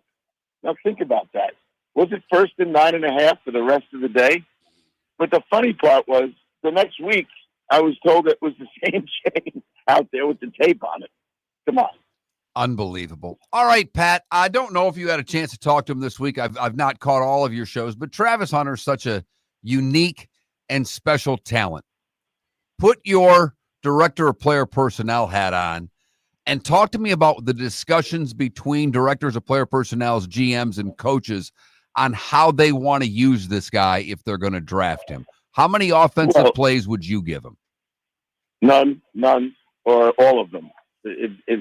I don't think we're going to, if it was me, we'd decide which side of the ball he was playing on. He's talking about things he doesn't really understand. He's talking about 130 plays if he's playing both ways. And he said yesterday that he wants to play both ways. That's nice. But I would suspect, personally, I think I'm in the majority, but you guys might make me in the minority. I'd start him out as a corner, not a receiver. I would start him out at the corner, because if I ever found that he was a lockdown, man-to-man corner that could handle the best receiver on the other team, I would feel like I stole one. That's where I'd start him. And, he can go catch balls after practice on the jugs machine. But I'm not even looking to make packages. Now, a lot of guys go, we use them both ways. There's a lot of guys in the NFL that can do some things on the other side of the ball. But he thinks for sure he can do this. I love guys that have never been in the NFL. They know they can go 130 plays. Do I want him going both ways? And in the fourth quarter, the receiver he's covering, who's been sitting on the bench resting while he's out there playing, comes out for the fourth quarter 2-minute drive, and he can't handle it physically. He's going one way for me, but I don't know what they're really going to do. I don't know that he's helping himself talking about this all the time. Because one GM told me, I'm not interested in the two-way player. We have to figure out which side of the ball he is best at and then go that way. But I might be in the minority in that, but everybody likes to talk about him as a two-way guy. I'm not one of them. Pat Kirwan, NFL Radio's Moving the Chain, CBS's NFL Today show. Joining us courtesy of Pinchers, Tampa to Key West, all points in between. Pinchers, where you can't fake fresh. He's live at the Combine in Indianapolis. What's the most interesting thing someone has said to you this week? Could be player, could be executive, could be coach. What's the most interesting thing that you heard this week? Well, I talked to a lot of coaches, and a lot of GMs. Jonathan Gannon was interesting. He's pretty conservative in his conversations with me anyway, but he does feel his team's ready to win the division. And whether they are or not, it wasn't coach talk. He kind of like wanted to defend his roster, wanted to defend what's going on. He didn't mention that Stafford might be leaving or that San Francisco's maybe not the team they were before. But I love that. I love that he stepped up to the plate for his team, which he hadn't done yet. So I kind of like that. A lot of talk here about Stafford and what's happening there. Player interest. Oh yeah, here's one. I don't even want to use the kid's name because he thinks he's a first round pick, and he might be. And I'm just rambling on with him. And I said, let's go to the weight room. I want to get in the weight room with you. I want to ask you about specific lifts and what you do in there. And he goes, whoa, wait a second. I don't really like the weight room. I go, what? He's a defensive lineman. No, I'm kind of like, I don't like that stuff, and I don't like doing a lot of it. And I said, if I check your attendance records, how are they? He goes, they're okay. So I told a guy, I'm thinking, after we were done with it, and he said that on the air, I was shocked that he said it. Afterwards, I grabbed him and I said, let me tell you something. Drop that in the interviews with the teams, all right? That's not going to help you. I thought that was a bizarre comment to make. And you would have thought, we always say these guys are all prepped. You think someone prepped him to say, I don't really like the weight room? Pat, I'm not kidding. That might drop a guy 2 rounds in my book. Yeah. It might make him undraftable in my book. It said a lot about work ethic and a lot of things like coaches are looking for. So I did hopefully enlighten him after. I couldn't stop him. I never thought he was going to say it, but he did. And so then afterwards I said, let me tell you something. You got about 4 more interviews after this. Don't say things like that. Okay, coach. No. Well, now, Dan Quinn, I listened to Dan, and he talked about why he likes the interviews because he doesn't want to talk film. He doesn't want to talk football. He wants to get to know guys. And, man, if you got to find that out about a guy in an interview, he might just come off my draft board. Yeah, and that was my point to the young man. I said, these guys are looking for certain things, and they're digging into who you are. And the ultimate goal they have is that when you walk out of the room, they say to their staff, I really want to coach that guy. And I've got guys that I've talked to here that I've already said that, and I've said it to a couple of coaches. Yep. I said, it's not your opinion, it's mine, and it's maybe worth nothing, but I'm just telling you, I have already done, 60 interviews, and I got quarterbacks, running backs, and wide receivers today, and then the linemen tomorrow. But I've got 5 or 6 guys that I really would like to coach. So, one guy criticized me yesterday, which is fine. Hold on to that thought, Pat. We got to get to a break. We're up against it. More with Pat Kirwan on the other side, Miller and Moulton. For over 50 years, the Nolan family has been dedicated to protecting local families. Nolan Family Insurance is a second-generation independent agency that specializes in home, flood, auto, and boat insurance. They take the time needed to explain your coverage options and answer your questions so you can make an informed decision that's right for you. If you're looking for an agency that treats you like family, call 941-639-1122 or go to NolanAgency.com. That's 941-639-1122 or NolanAgency.com. Whether you're chasing peak performance, reigniting intimacy, or simply want to feel your best, Game Day Men's Health creates customized game plans to optimize your health. Call 239-427-3441 for our Bonita Springs and Naples location to set up your free testosterone test and consultation. Mention Miller Moulton Radio Show for 10% off your service. Find your maximum self with Game Day Men's Health, Bonita Springs and Naples, Florida.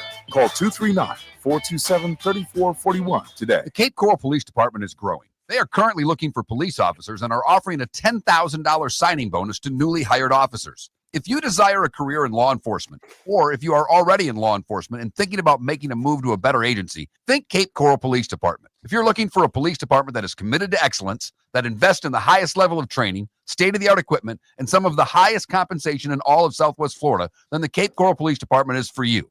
Visit capecops.com. That's capecops.com. Basketball's heating up the hardwood. What a great time to stop in at the Floor Meisters and look at their hardwood. A large selection to choose from, including Mirage hardwood flooring. Floor Meisters has a look and style you want. Mirage wood is grown and made in Canada from the finest quality wood flooring you'll find. And while you're in, ask to see the Petite Enfant collection. 5 custom colors made only for the Floor Meisters. So good it has a 35-year warranty. Floor Meisters, 6281 Naples Boulevard, next to Costco, or floormeisters.com. This is Miller and Moulton.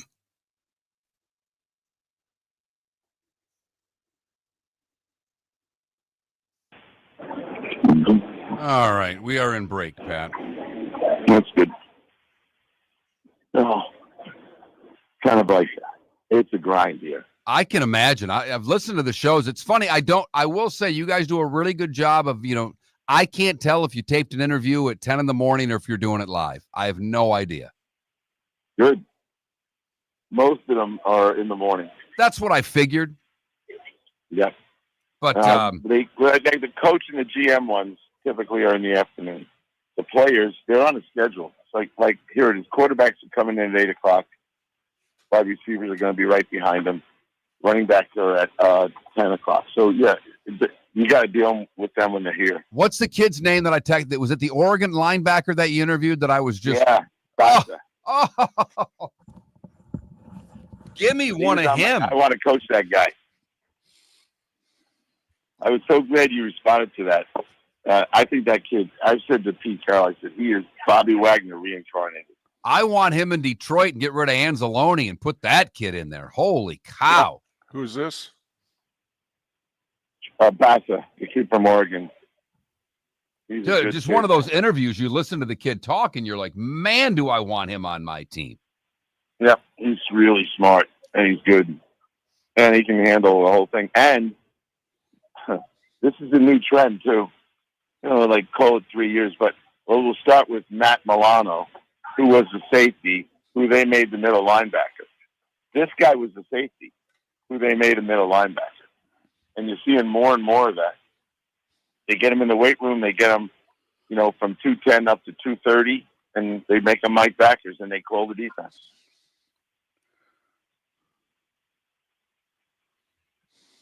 Yep.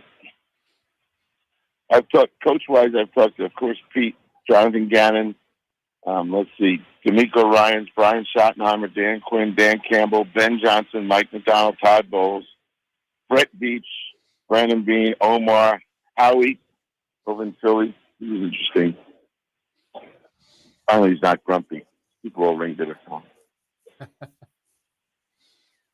about James Pierce yesterday? Mm-hmm. I saw Drew Rosenhaus early this morning. He was up early. I think if I had Abdul, I'd be up early too. Yeah, really. And I figure out what to do.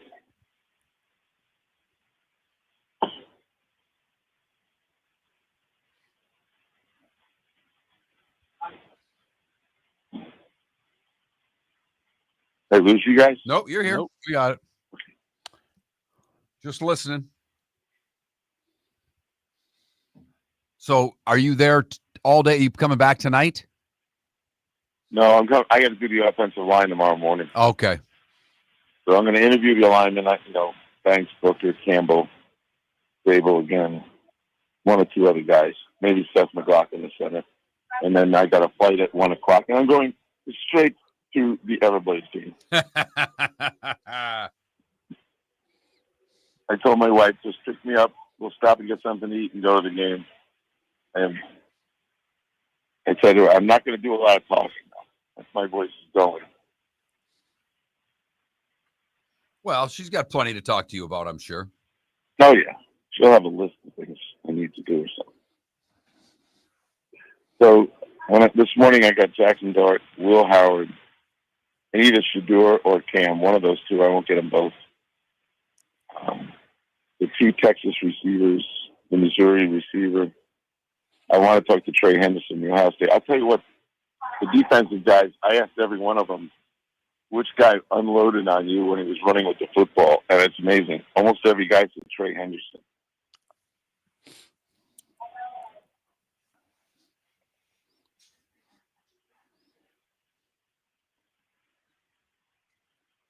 All right, here we go, guys.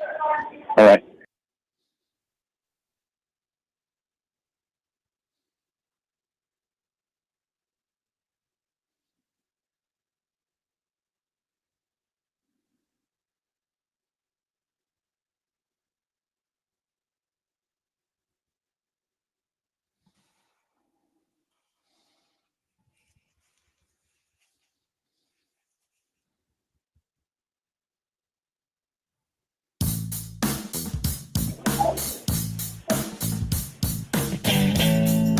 Welcome back to Miller and Moulton. Text the guys what's in your mind at 21,000. That's 21000. And now, here's David Moulton.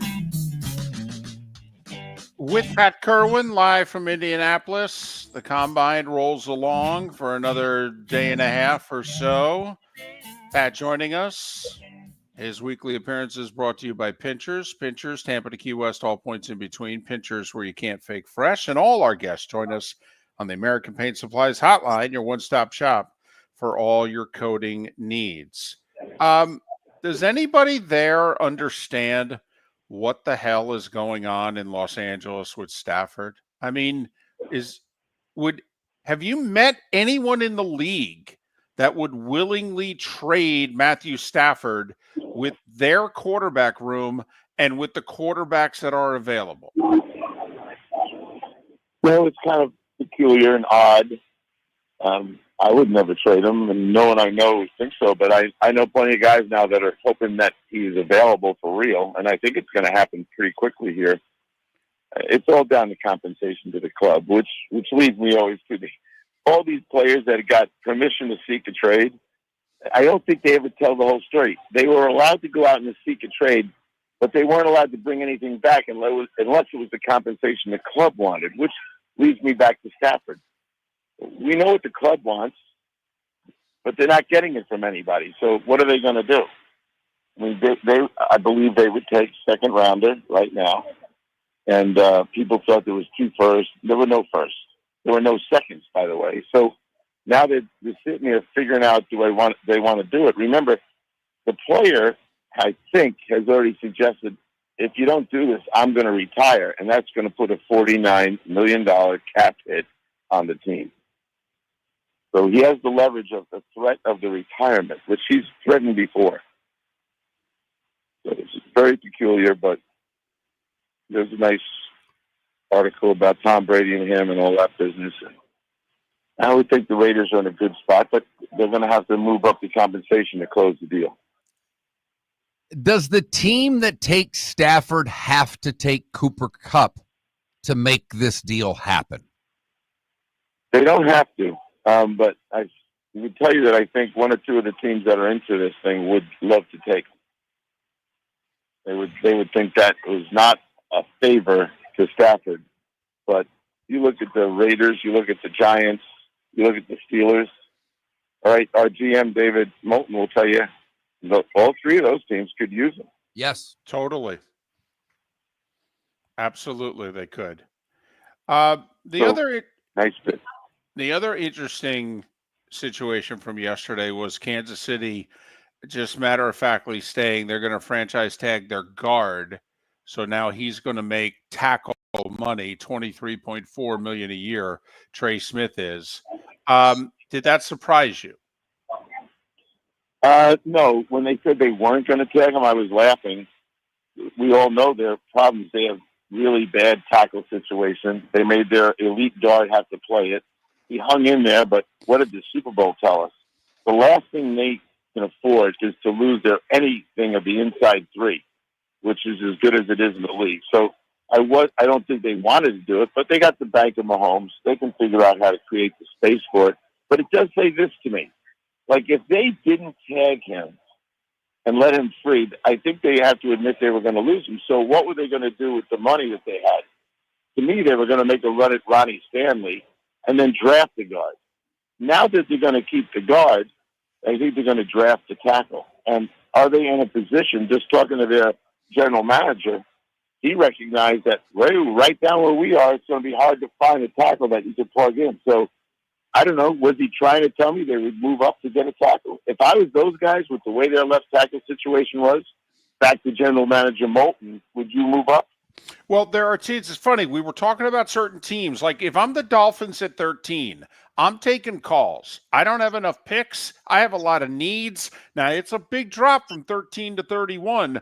But hey, if you need a plug and play tackle, you're willing to pay the price for that. So let's talk. If I'm Miami, I'm willing to trade out of 13 because, Pat, I need a guard. I can get a guard at 31. I can get a guard at 41. I agree.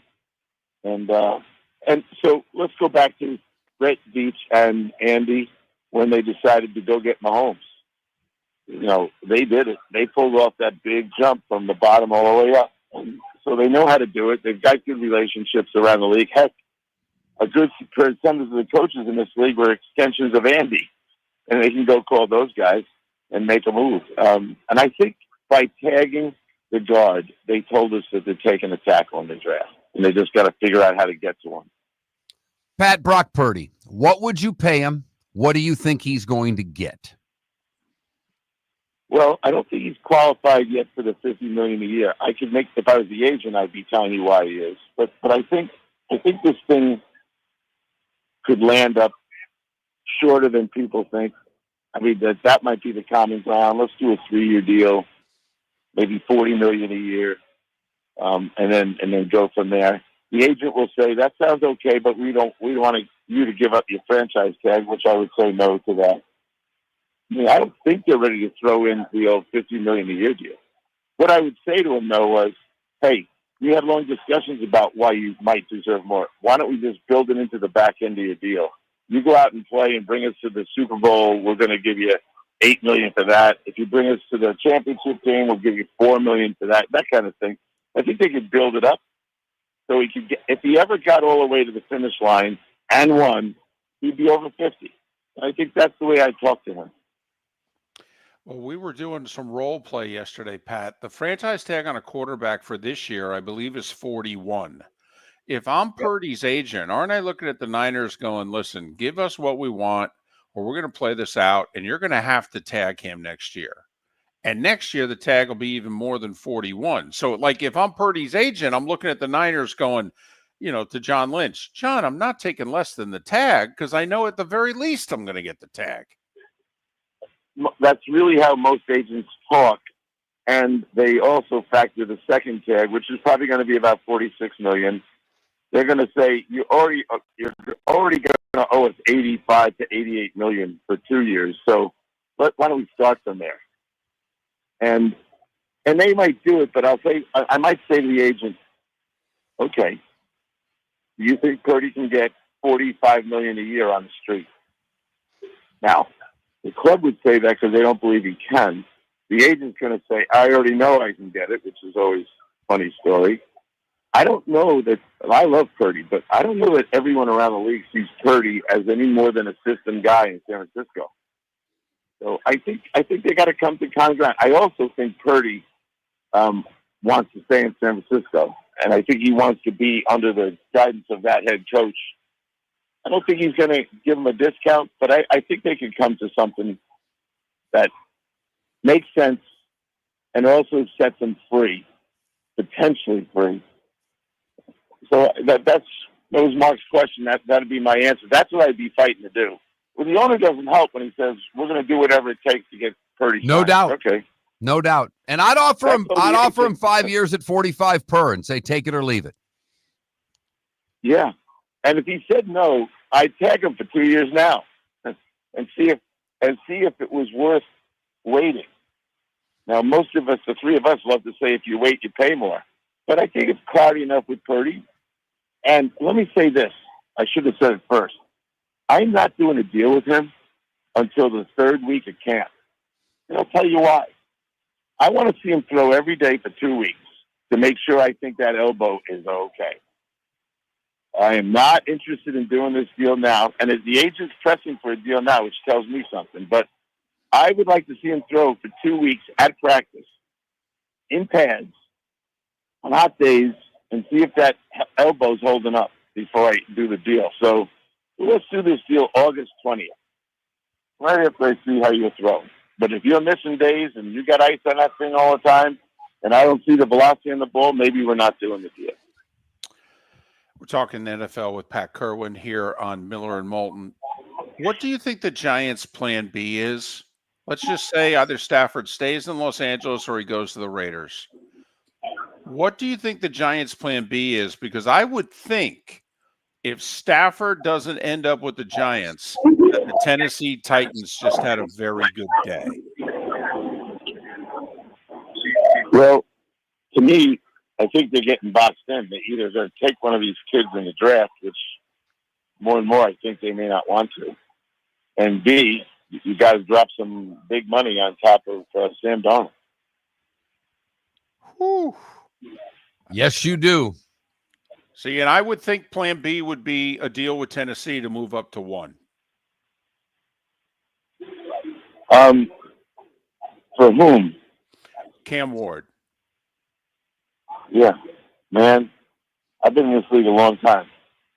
I'll be blunt. There is no way he's the number 1 pick in the draft quarterback. I know.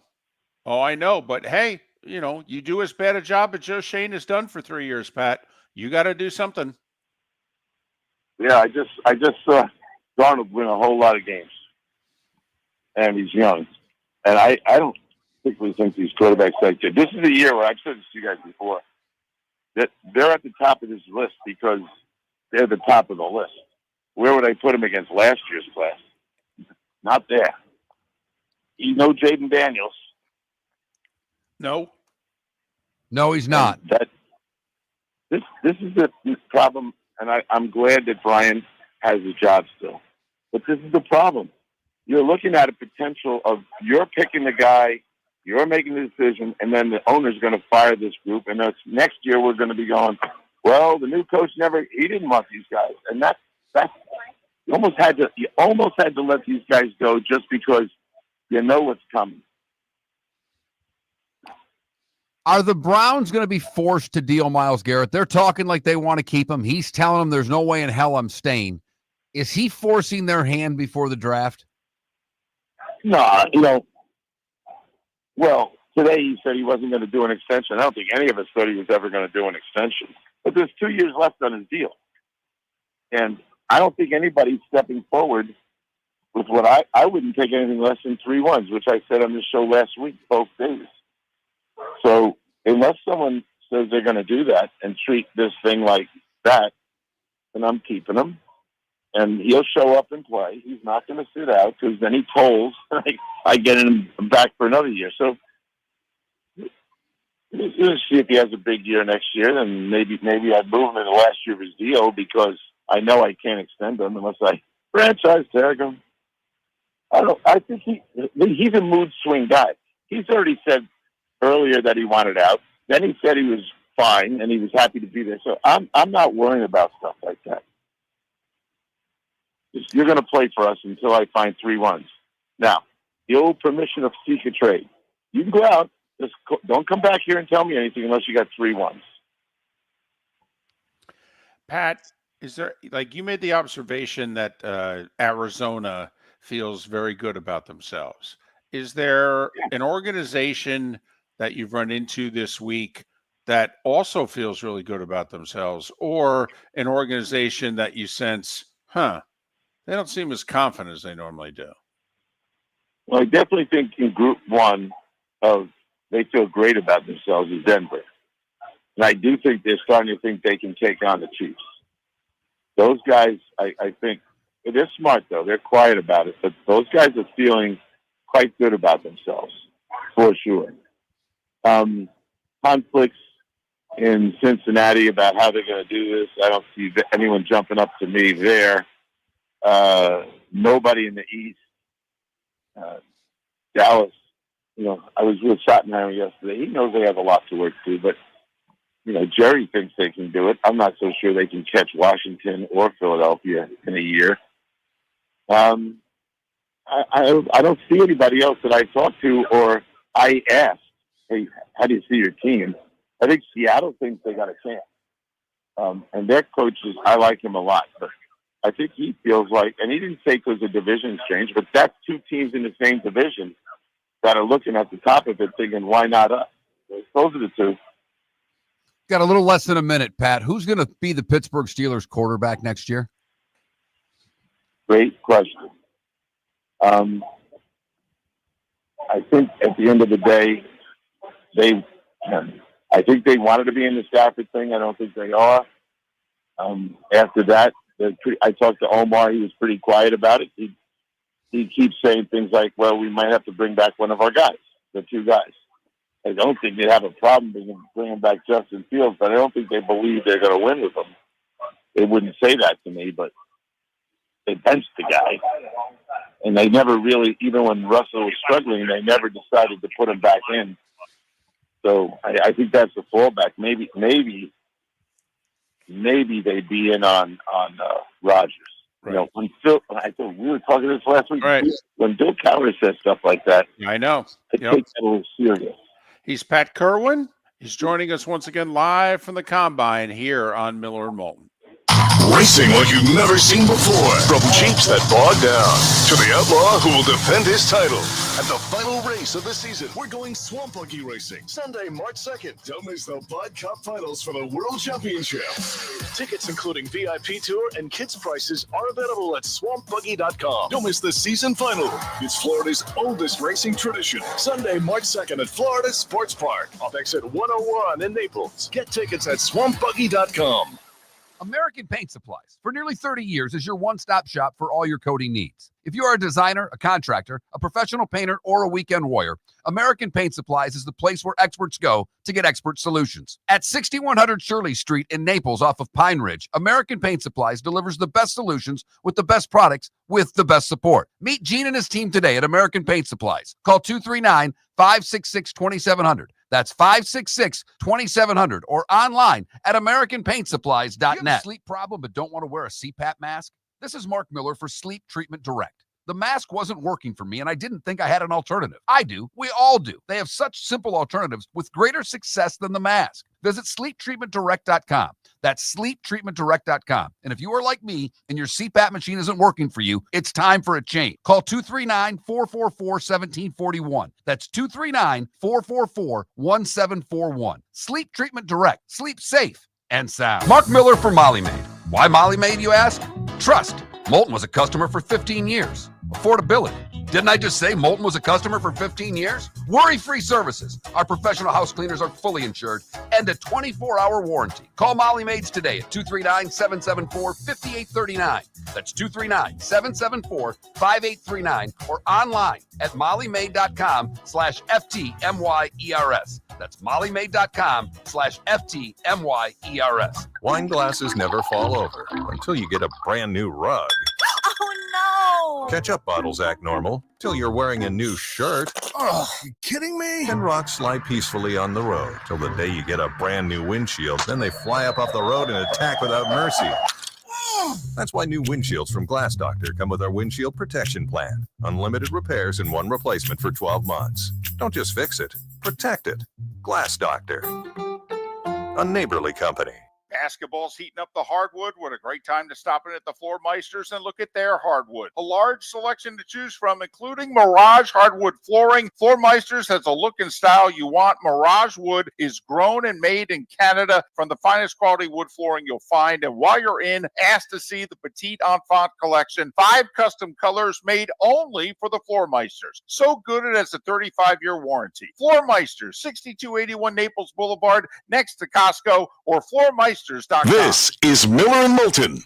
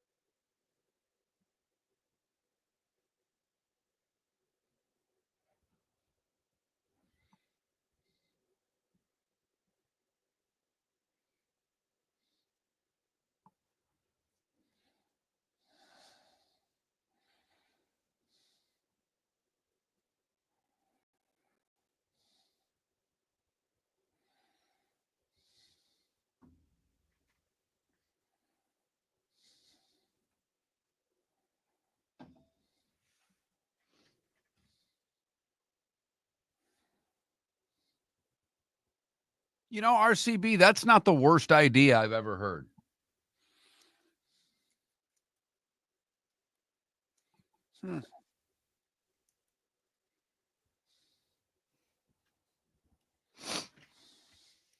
Irish, it is tough to count the last game of the regular season. Oh, no. I mean, it was such a dominant performance that even if Kansas City would have played their starters, Denver would have won by 60. I mean, they're the Broncos, David. It's Bo Nix and the Broncos. There's never been a better team in the history of this league.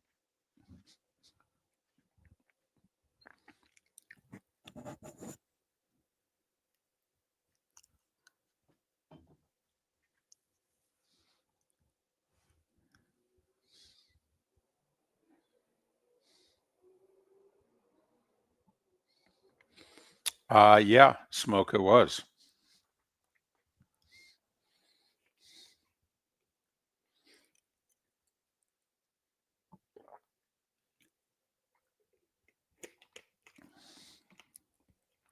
Ambient.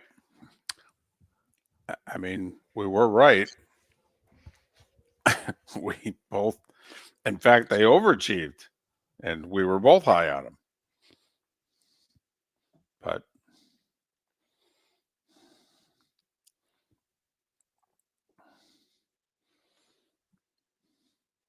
I don't believe either one of us picked them. Neither of us picked the Commanders against Philadelphia. No. Neither of us. No. Didn't pick them against Detroit. I didn't pick them to cover either. I mean, selective memory is wonderful.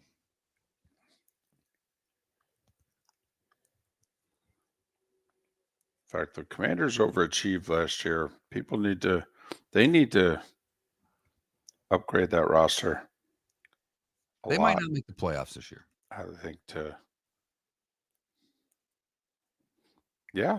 And were we wrong? I mean,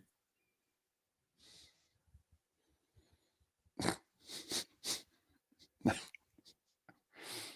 only that, we said it in the spring. We said it before we threw a pass in the league. I mean, and you're coming after us. I mean, we said we'd take them number one.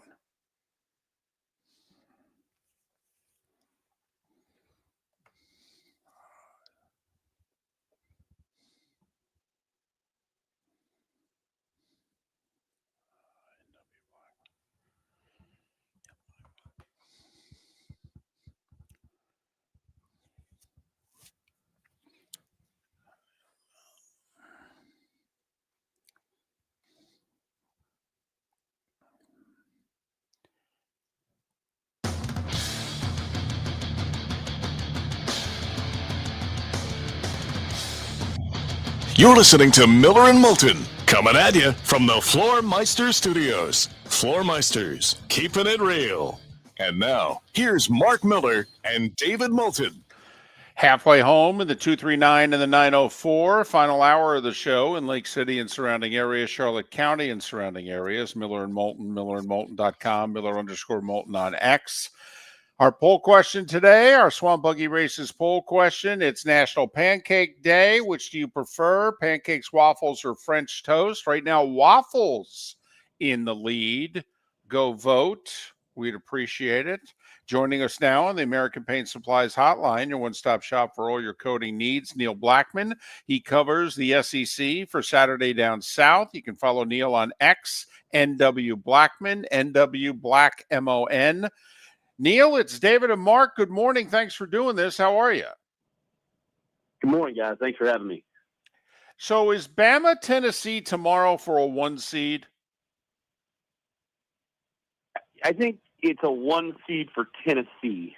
I think Alabama, their finish is absurd. Of course, they have Florida on senior night on Wednesday, and then they play at Auburn on Johnny Broom night. I think they need the National Guard to beat Auburn in Neville in that game. But, yeah, I mean, Alabama can win any of those games and probably feel good about a 1 seed. Tennessee cannot. Does Alabama have the ability to ratchet up their defense? And I don't mean for 40 minutes, because I don't think there's any way with the style they play anybody could expect them to all of a sudden turn into Virginia from 10 years ago. But does their defense have the ability to lock down? Because they're a joy to watch, but man, they have trouble getting stops.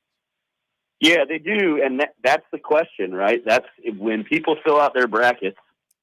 That's the question they've got to ask: is can Alabama get enough stops? They certainly can score enough to win 4 games in a row again and go back to the Final Four. But there's one thing I tell people is there's a huge difference between winning 4 in a row and 6 in a row. You know, the bracket can break your way. I'm not saying getting to the Final Four is easy, of course, but once you get to the Final Four, you will play someone that's really good.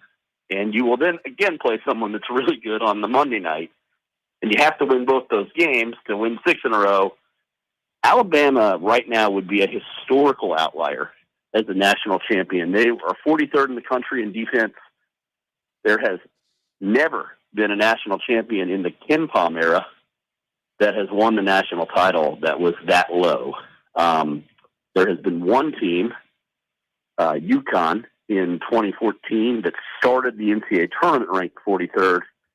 They ended up, I think, in the 30s by the time they won, but they are currently a historical outlier. And for Alabama to win the national title, they're going to have to guard better. We saw it in stretches, particularly these last 2 games. They really locked down Kentucky, held them to 50 points in the last 30 minutes, held them to 28% from the field in the last 30 minutes. That's how they'll have to guard against really good teams if they want to win the national championship. We haven't seen it consistently for them yet. Neil Blackmon, Saturday Down South, SaturdayDownSouth.com. Follow him on X at NW Blackmon, NW Blackmon. There are 3 matchups tomorrow in the SEC of ranked teams. We talked about Bama at Tennessee. Florida's hosting A&M.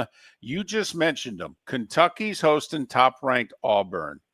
What are you to make of this Kentucky team? They've had highs, they've had lows. Are they settling right now? When you look at Kentucky, what do you see? I see another team that could win 4 in a row, but I think is a Sweet 16 team. And by the way, there's nothing wrong with that. They, especially in year 1, under a new staff, they, more than any other team, even Florida, more than any team in the SEC, have been affected by injuries.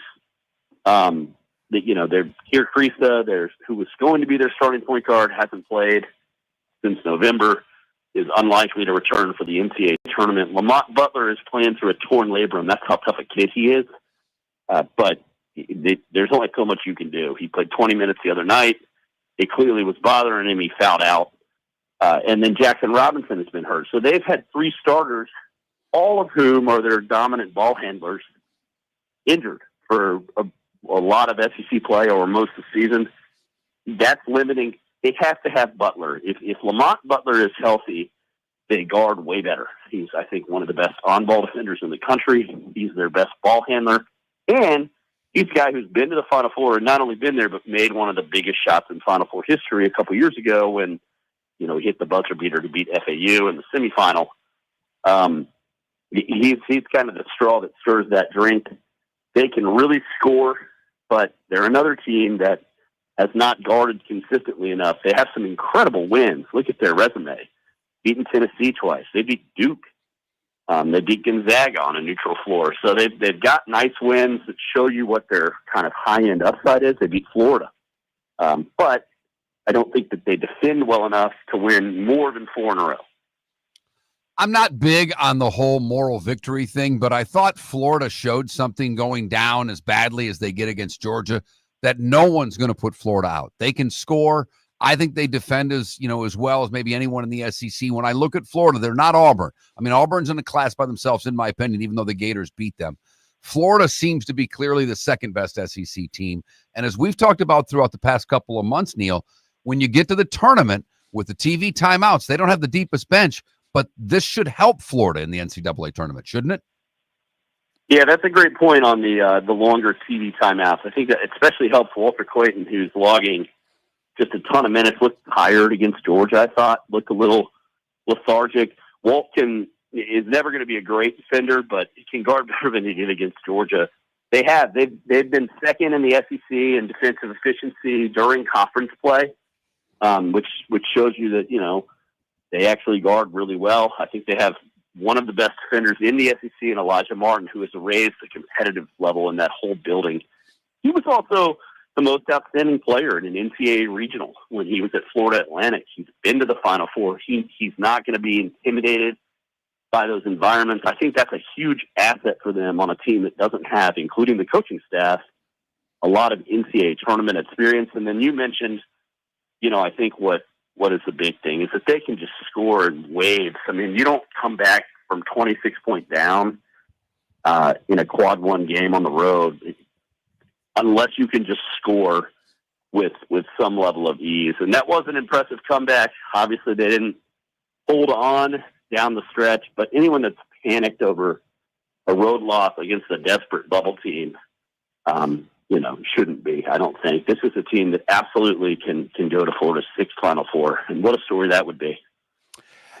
The committee historically, and I may be wrong, but I feel as if they don't take the conference tournament into consideration for a 1 seed. Like, I think they'll decide before the SEC and the Big 12 tournament whether or not the SEC's getting 3 1s or we're going to give the SEC 2 and Houston's going to get the other one with Duke. Okay, so to me, this next 8-9 days is it. I don't think results in the conference tournament are going to drastically determine a 1 versus a 2. Right now, do you think the committee is giving the SEC 3 1s, or do you think they're going to put Houston as the 1 seed in the Midwest? If they seeded it today, Houston would be the 1 seed. I think that is more about what Houston has done recently than it is, I think, kind of whole body work. I think there is a level of recency bias there. That's just my opinion on it. If you look at the numbers between Houston, Florida, and Alabama, they're all pretty same. Florida and Houston are 14-4 against quadrant 1 and 2. So they're exactly the same, except that Houston has one more quad 1 win. And then Florida has the best win at Auburn, right? So that you're kind of balancing that and picking between those two teams. Alabama has 10 quadrant 1 wins, which is why I don't think that they have to beat Tennessee this weekend. That's second in the country. I think they're probably pretty safe as long as they win one of the final 3. So really it is about Houston, Florida, and Tennessee in my book. I don't think that anyone outside of those 3 can sneak in and get a 1 seed. I'm with you. I don't think the committee watches much tournament play after Thursday. I think they essentially have contingency brackets where if somebody gets hurt, they might move somebody a seed line or something. But I think that's the battle. And for Florida, for example, you better beat Texas A&M. You better beat Ole Miss. Those are 2 quad 1 opportunities at home. Got to get them. And then the Gators might be playing for a 1 seed Wednesday at Alabama, which is going to be a really tall order on Mark Sears' senior night. You have right now, if I've got it correct, you have the SEC with 12. Both Texas and Oklahoma are out. What will those 2 schools have to do to increase the SEC's number of teams in the tournament? Yeah, I think it will fluctuate. I have said for about a month now that I think just the pure math of how the final games broke down was going to make it hard for the SEC to get more than 12 teams in, right? And so Georgia, to me, kind of had their close of the schedule seemed a little bit less daunting to get in if they could beat Florida. Now, look, that can all change Saturday because Georgia goes to Austin and they got to play Texas. And if Texas wins that game, does that bump Georgia out of my kind of projected field and put Texas back in? I would say probably. And then Oklahoma, for them, they closed the season with Texas and Austin. So for them, I think, they're going to have to upset either Mississippi and Oxford this weekend or beat Missouri, which at least for them is at home, but I think a very tall order for them the way that they've been playing. Oklahoma has a little bit more margin for error. I think if they beat Missouri, they're in just because of what they did in the non-conference. They had 3 of the most impressive non-conference wins in the country this season. They're kind of the interesting one. If you get to a scenario where the committee thinks about 13, it's probably the Sooners. Neil Blackmon, Saturday Down South, SaturdayDownSouth.com. Follow him on X at NW Blackmon. Neil, thanks for your time and your insights. Safe travels. Enjoy the next 2 weeks. They're going to be amazing. Thank you guys so much. Appreciate you having me. Neil Blackmon, kind enough to join us from Saturday Down South here on Miller and Moulton. So Kentucky hosts number 1 Auburn tomorrow. Tennessee hosts Bama. Florida hosts A&M. All ranked teams playing one another. Missouri, 14th ranked Missouri on the road in Vandy. Vandy's been a good team this year. That's another competitive game. What a Saturday for the SEC. As you all know, it is the basketball conference. Right. I mean, Big Ten's the football conference and the SEC is the basketball conference. And we're having a little fun with you right now, but are you getting honked off, SEC fan? Your basketball conference? 21,000's the text line. Tell us how much you like being called the basketball conference here on Miller and Moulton. Racing like you've never seen before. From Jeeps that bog down to the outlaw who will defend his title. At the final race of the season, we're going Swamp Buggy Racing. Sunday, March 2nd. Don't miss the Bud Cup Finals for the World Championship. Tickets including VIP tour and kids prices are available at swampbuggy.com. Don't miss the season final. It's Florida's oldest racing tradition. Sunday, March 2nd at Florida Sports Park. Off exit 101 in Naples. Get tickets at swampbuggy.com. Sleep problem but don't want to wear a CPAP mask? This is Mark Miller for Sleep Treatment Direct.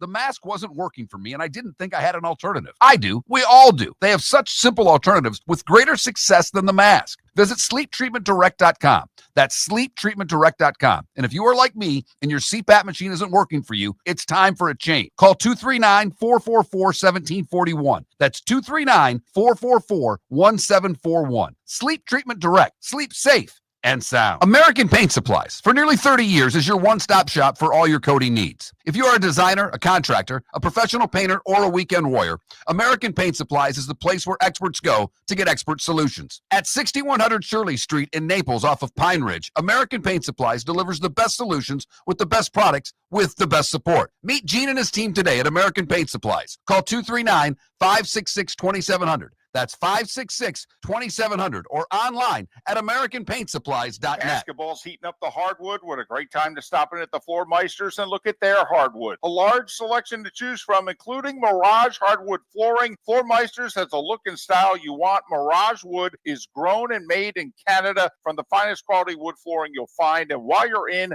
ask to see the Petite Enfant collection. 5 custom colors made only for the Floor Meisters. So good it has a 35-year warranty. Floor Meisters, 6281 Naples Boulevard, next to Costco, or floormeisters.com. This is Miller and Moulton.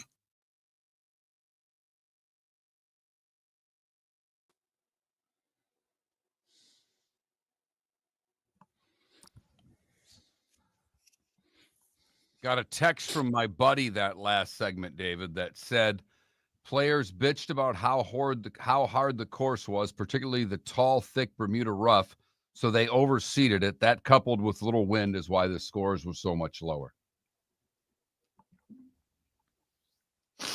In the for what it's worth department. So you mean to tell me overseeding? All right. But they did bitch. Yes, they did. And in order to get players at the tournament, you've got to sometimes adhere to their complaining. This was never a popular tournament for the players. No, it wasn't. It was too hard. It was.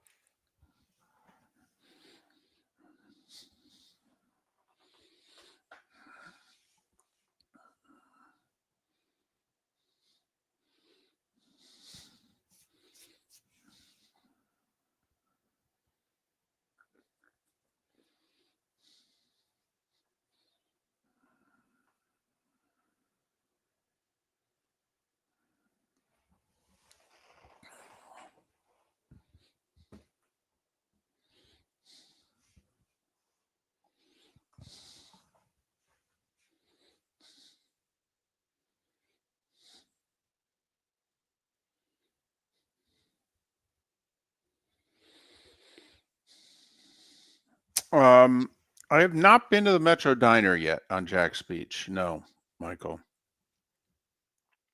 There's a diner on San Jose, about 4 miles from my house, that I stopped and had lunch at with my friends Bob and Jane when they came to town.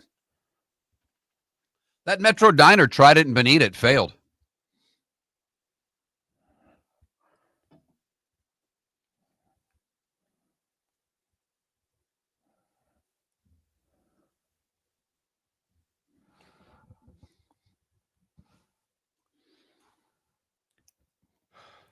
So I'm going to let you in on a little secret. You guys know my wife is a big liberal. Big. And I'm not. About most things. Some things, but not most. And so she's taken part in the whole, we're not buying anything today. That whole thing. What? Yeah, there's a thing today. It's urging people don't spend money today.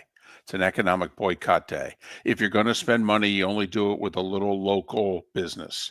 You don't spend any money with the big businesses today. Okay.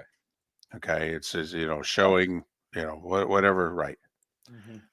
So my wife's going to be gone for 6 hours today. And I'm going to go out and spend money. Put it in bags and put it all on the dining room table.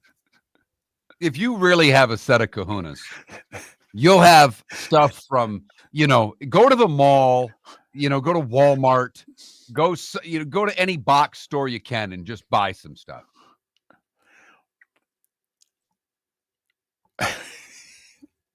Now you got me thinking about it. I know.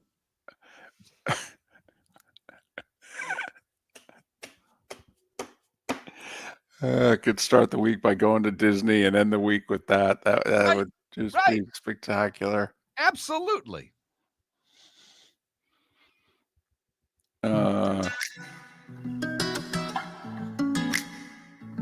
Welcome back to Miller and Moulton. Text the guys what's in your mind at 21,000. That's 21000. And now, here's David Moulton.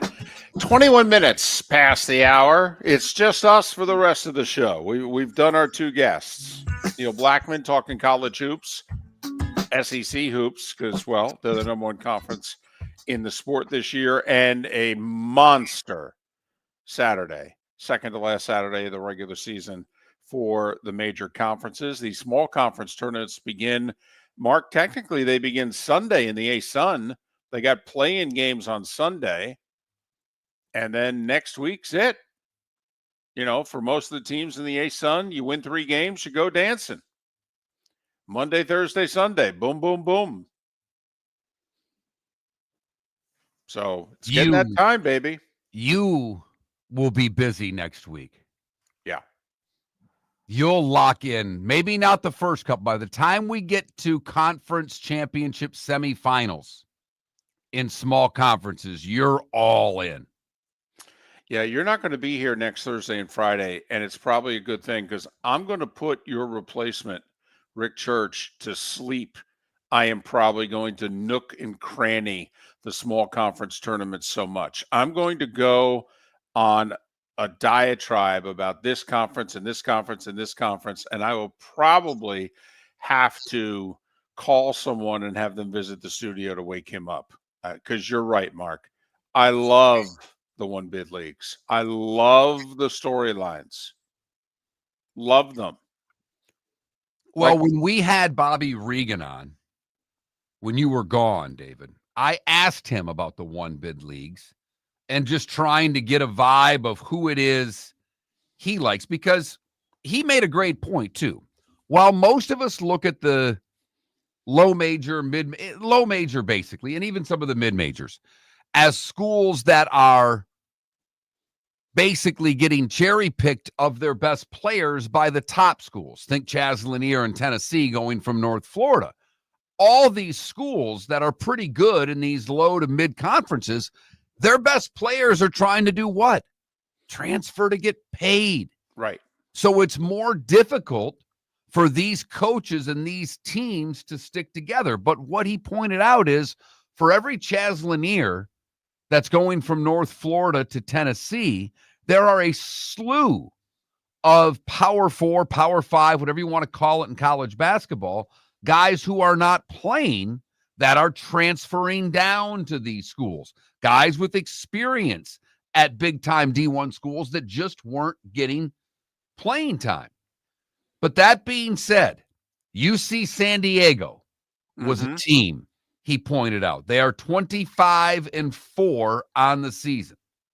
Longtime FGCU coach Joe Dooley always said, he goes, that would be my dream job. He goes, I think you could win there and it'd be a great place to live. And the other one that we've been talking about, particularly David, because they were undefeated for a long run and doing the starting five. He mentioned them quite often, more in November, December than now, but that's Drake. Yep. Drake is 26-3. They, according to Shelby Mast, are on the 11 seed. They are the only automatic qualifying team that sits on the 11 line, according to Shelby. Grand Canyon, McNeese, UC San Diego, and VCU are the 12-line teams. So basically, Drake's the best of the best as long as they win their conference tournament. Right. Now, I don't think they get a bid otherwise. Now, I don't think there's a chance. I will say this could, and it's not capital could, it's small could, because we don't have any faith that they do it. This is the only way that expanding the tournament from 68 to either 72 or 76 could get any sort of universal approval within the sport. Because, Mark, in theory, what you're saying is true.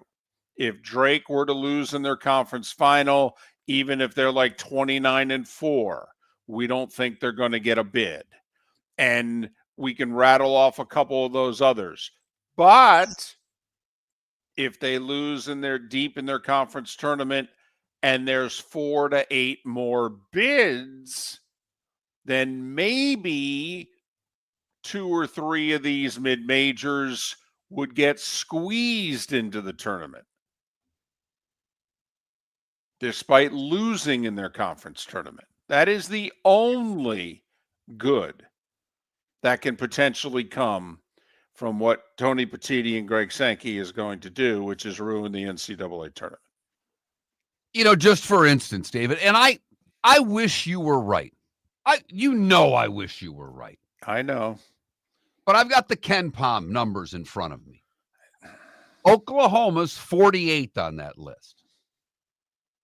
You know, McNeese, who's one of those teams, is 63rd. Drake, 59th. But you do know that the whole system is stacked against the mid-majors. First off, no one's going to play Drake. Meanwhile, Oklahoma gets credit for losing games because of how great their conference is this year. Oh, so I'm with you, but so they don't care about that. I know, but that's why, to me, it's crap. I mean, come on. We're going to put in a 17-win team from the SEC over a 29-win team from the Missouri Valley? Come on now. Really? We can't draw that line? We can't draw that line. I mean, in theory, if Drake were to lose in the Missouri Valley Conference tournament, they might have as many losses as Oklahoma has SEC wins. Now, Oklahoma's a bad example for me to bring up because, as Neil Blackmon just mentioned, they have 3 terrific non-conference wins. I mean, they beat Arizona, and I mean, Texas is the team that should be brought up. Texas does not belong in the NCAA tournament. They don't. They had their play-in game earlier this week. They lost to Arkansas in overtime. That was a play-in game. Arkansas goes Texas stays home. That's what that game should have said. And David, Texas is 7 spots ahead of Oklahoma in the KenPom rankings. Right. And they live by that. I know they do. Now, I'm on your side. I'm just pointing out that when they go to 72 or 76 or whatever the hell they're going to do, they're not going to, Indiana State's still not getting in. Don't we know? Don't we know? Right. So that Rutgers and Texas and Oklahoma and Wake Forest can get in. Miller and Moulton will die on this hill. We'll be all alone, but we will die on this hill. Now, I'll say this. They want to make it interesting. I'll tell you what. You want to add 4 teams to the tournament? Fine. How about we do Power 4 school or 5 or 6, however many conferences you think in college basketball are power conferences. And then mid-major. Winner's in, loser goes home. How about that? All in. How about that? Pick the 13th place team from the SEC and put them up against one of these teams. The best Here. group of whatever you want to call it that's left. Yeah, let's go to Dayton, 6:30 on a Tuesday. Let's go. The crowd's rooting for, I can tell you that. Exactly. Let's go. You got the better players, neutral court, neutral officials. Win or shut up and go home. See, I was in such a good mood, and now you got me thinking about mid-majors who are going to get screwed. Why do you do that to me? Because, David, these are the facts of this time of year. Every year, we can make the cases. Last year, we were making it for Indiana State. What happened? They didn't win their conference. They were left out. This year, we're making the case for Drake. If they don't win their conference, they're going to be left out. It's our hill, David, and we're going to die on it. Miller and Moulton. Thanks so much for listening. Miss any of the show, go to millerandmoulton.com to download what you missed, like Pat Kirwan, who was with us in the 7 o'clock hour this morning. For over 50 years, the Nolan family has been dedicated to protecting local families. Nolan Family Insurance is a second-generation independent agency that specializes in home, flood, auto, and boat insurance. They take the time needed to explain your coverage options and answer your questions so you can make an informed decision that's right for you. If you're looking for an agency that treats you like family, call 941-639-1122 or go to nolanagency.com. That's 941-639-1122 or nolanagency.com. The Cape Coral Police Department is growing. They are currently looking for police officers and are offering a $10,000 signing bonus to newly hired officers. If you desire a career in law enforcement, or if you are already in law enforcement and thinking about making a move to a better agency, think Cape Coral Police Department. If you're looking for a police department that is committed to excellence, that invests in the highest level of training, state-of-the-art equipment, and some of the highest compensation in all of Southwest Florida, then the Cape Coral Police Department is for you. Visit capecops.com. That's capecops.com. Wine glasses never fall over until you get a brand new rug. Oh, no! Ketchup bottles act normal till you're wearing a new shirt. Oh, you kidding me? And rocks slide peacefully on the road till the day you get a brand new windshield. Then they fly up off the road and attack without mercy. That's why new windshields from Glass Doctor come with our windshield protection plan. Unlimited repairs and 1 replacement for 12 months. Don't just fix it, protect it. Glass Doctor. A neighborly company. Basketball's heating up the hardwood. What a great time to stop in at the Floor Meisters and look at their hardwood. A large selection to choose from, including Mirage hardwood flooring. Floor Meisters has a look and style you want. Mirage wood is grown and made in Canada from the finest quality wood flooring you'll find. And while you're in, ask to see the Petite Enfant collection. 5 custom colors made only for the Floor Meisters. So good it has a 35-year warranty. Floor Meisters, 6281 Naples Boulevard, next to Costco, or floormeisters.com. This is Miller and Moulton.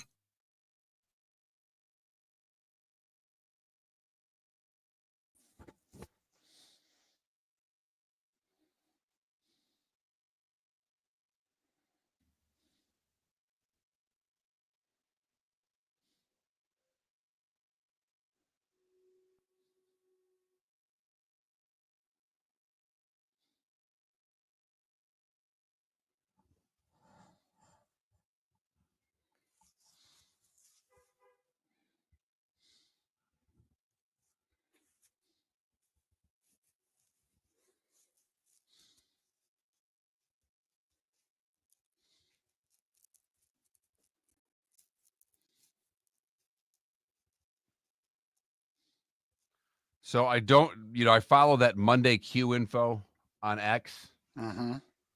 Dale Whitnell must be trying to qualify for something. He shot 30 on the front nine. 3 birdies, a bogey, an ace, and an eagle on a par 5. Damn. He then birdies 10, bogeys 11, and aces the 12th. Whoa. His second ace of the day. He's 8 under with a double, 2 bogeys, and 3 eagles on the card. Jeez.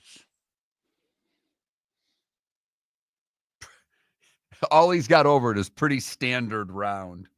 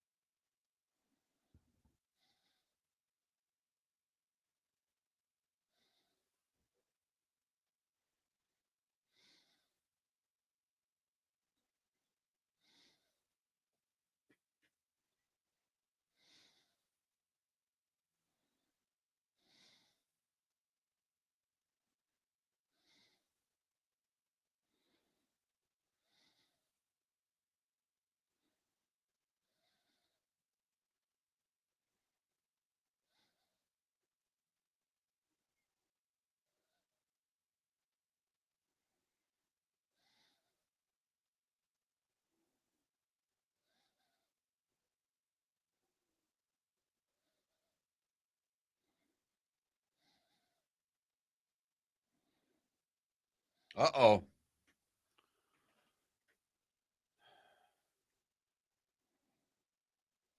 They got the names for the Hurricanes out. Oh, yeah. I always just go to the M's and make sure it's not me. This year it's Melissa.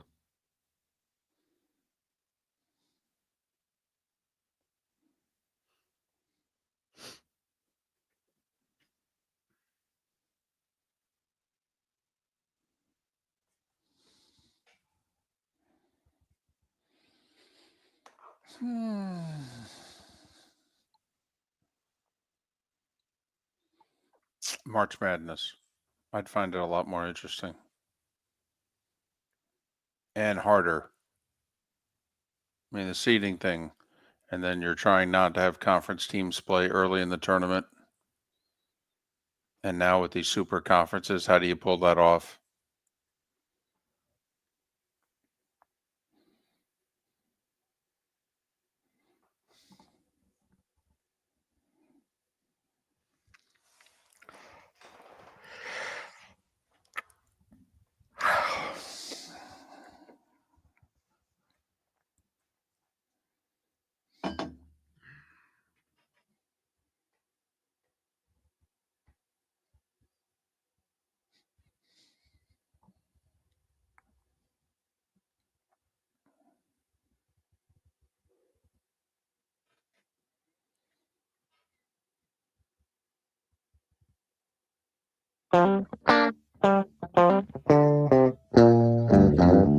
You're listening to Miller and Moulton.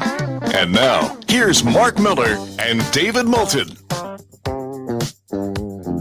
22 minutes till the top of the hour, till the beginning of the bonus hour on Miller and Moulton, millerandmoulton.com, Miller_Moulton on X. Thanks so much for being with us.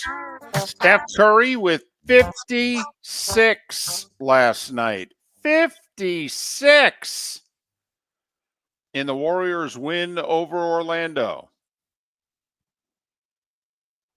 Oh, by the way, the other old guy in the league, LeBron, at 33 points, 17 rebounds, and the Lakers win. Tampa Bay Lightning have won 7 in a row. In his last 12 home games, Vasilevsky's 11-0-1. Don't look now, but the Lightning are being the Lightning again. Yes, they are. Would love another opportunity to see a little Tampa Bay, Florida in the postseason. Oh, my goodness. Preferably the second round, because I'd like to see Tampa take out Toronto in the first round. I feel so badly for the Leafs. Yeah, I don't. I know you don't. It's the whole Canada thing. All right. But, I mean, they care so much about their hockey. And do you feel Toronto's like the Knicks? That, they're pretty good. I think they're more like the Cowboys. Okay. I take last year away from the Cowboys. They get all the talk, but there are moves that they should make that are obvious that they, like last year, Dallas, Derrick Henry. It was an obvious move. We all knew they should have made it. They didn't do it. Toronto's got guys that don't perform in the postseason, and yet hey, let's just run it back again and expect something different to happen. But Toronto's probably going to have to go through both Florida franchises just to make it to the conference final. Exactly. That's a tough road. It really is. Our Swamp Buggy Races poll question today. Today's National Pancake Day. So which of these breakfast foods in the pancake family, if you will, all that, really requires syrup or fruit to make them wonderful, is your favorite? Pancakes, waffles, French toast. I voted French toast. It may just be because I haven't had bread in a long time, and French toast sounds really good. I love all three, but I went with French toast today. That happens to be the leader, getting 44% of the vote. Waffles getting 30% of the vote. And on National Pancake Day, pancakes are getting their ass kicked. Well, waffles were winning in the early going. So French toast making a little push here. I will say, Mark, it's a battle of my grandmothers against one another. My one grandmother, Grandmother Moulton, big on the waffles. Grandmother Fullen made the French toast. Big, thick French toast. So speaking of food and more shopping for it, I love the grocery store. I truly do. I will go at any, your wife needs it. Sure, I'll go to the grocery store. I love it. But I've always had the pet peeve of the 10 and under. It's a big pet peeve of mine when someone tries to jam their 16 items in the 10 and under. You're right. It's well documented on this. Yes, it is. We embarrass them. We count out loud. Okay. Hey, I'm just curious, how many you got there? Boy, the sign says 10 or under. But there's another thing that's been getting on my nerves in grocery stores. Cart etiquette.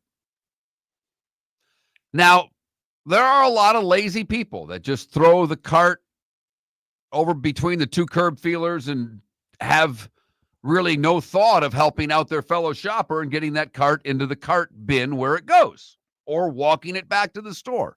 You're too busy. Those 30 seconds are more important to you than they are to the rest of the world. Whatever. But there's a new phenomenon that I've noticed in my last 2 trips to the grocery store, and it's probably a me thing. I probably shouldn't be getting bent out of shape, and I'm not saying anything to anybody. But there are a lot of people now that think it's better to pull the cart than to push the cart. So they are in front of their cart, holding on to the end of it, pulling it through the store, and then just tossing things in the basket. How could they think that's better? They take up a lot more space doing so. They really tend to get in the way because their cart, they're not really on one side or other of the produce or the lane. They're kind of taking up the whole thing.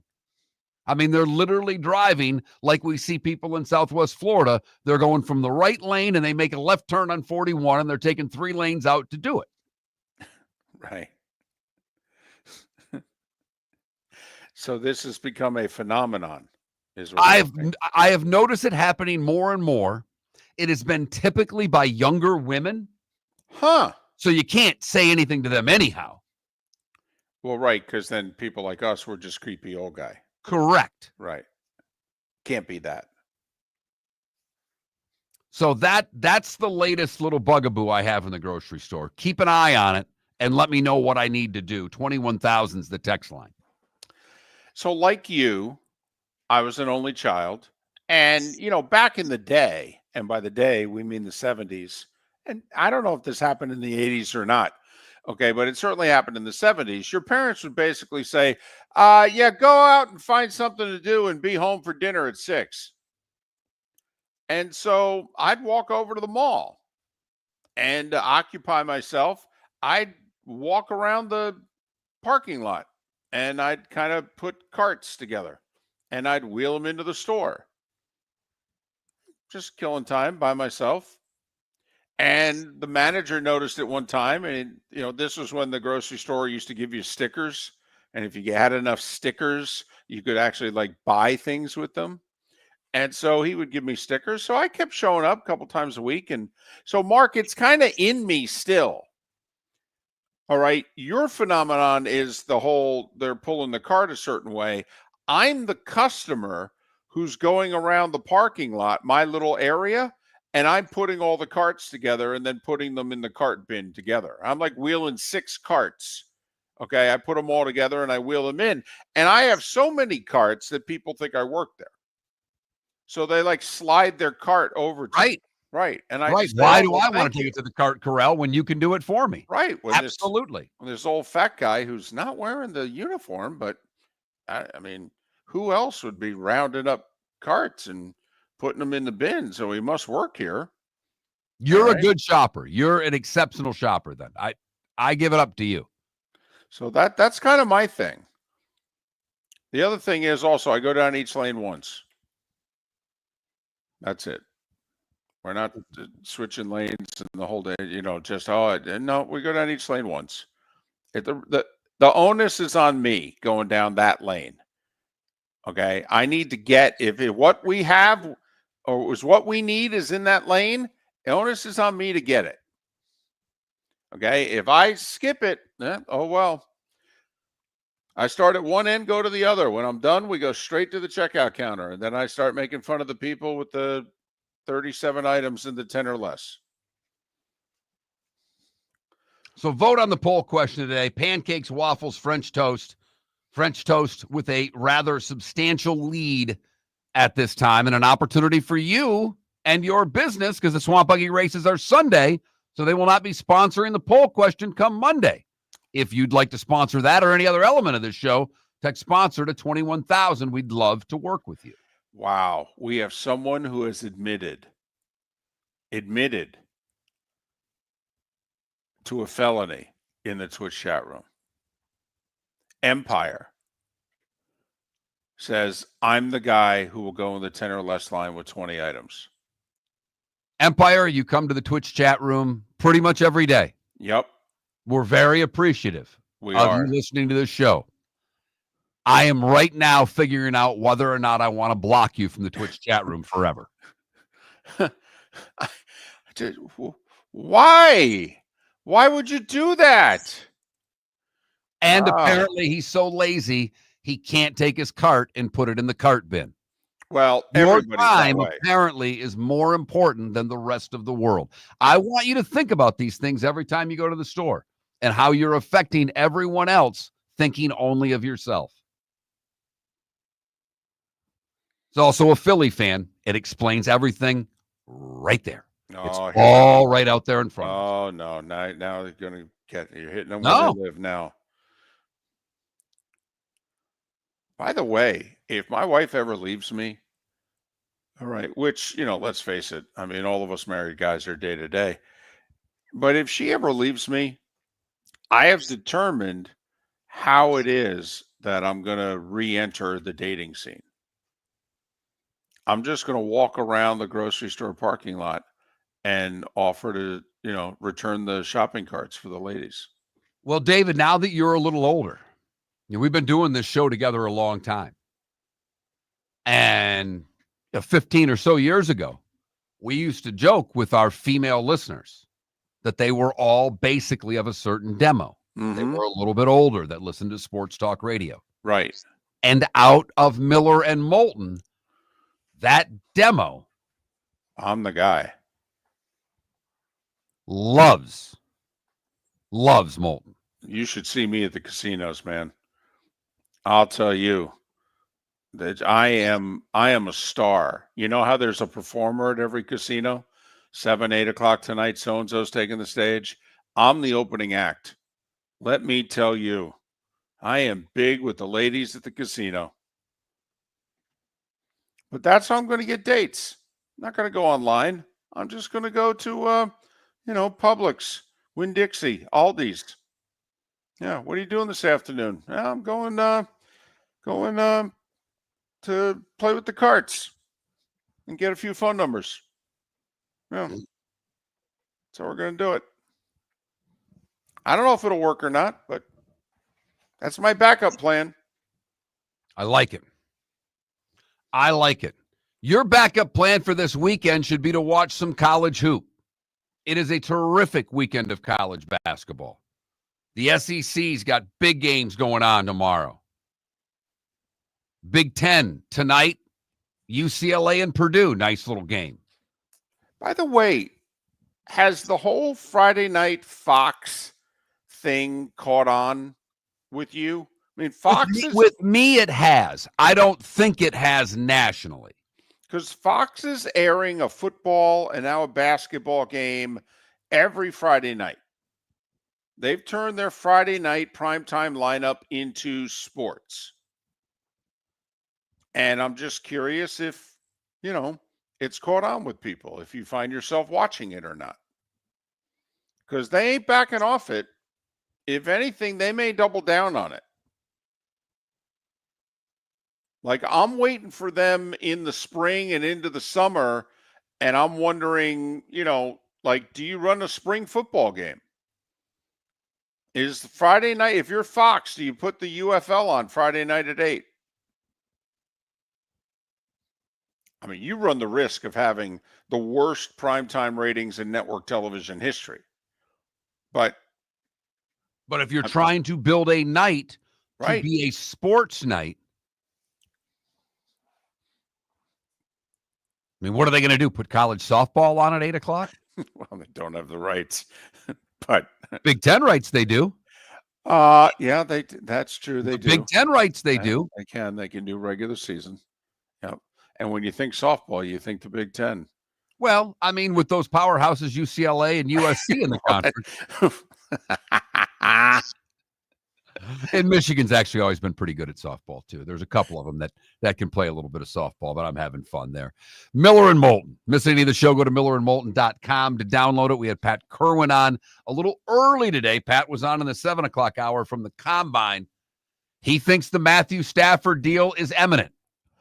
Diana Rossini reported about an hour ago that Stafford and the Rams are meeting this morning, and that the Raiders and the Giants have done their talking with Stafford about what a contract would look like, and that they have apparently submitted what their best offer is to the Rams. And so Rossini gave the impression in her report that this is going to get decided today. That the Rams are going to look at Stafford, and both sides are going to know we either do something right now to keep this marriage together, or then the Rams are going to take a look at the bids they've received. They're going to choose one, and in theory, Stafford's already negotiated that contract extension with that team.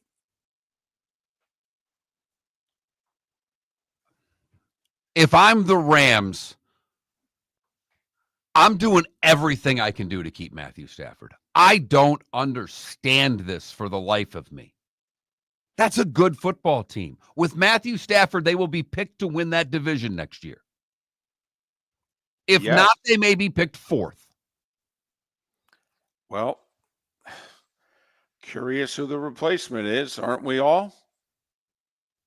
And do you think it will be the same, better, or worse situation at quarterback for you? I don't know how. I don't care if it's Aaron Rodgers. That's worse. It's not better.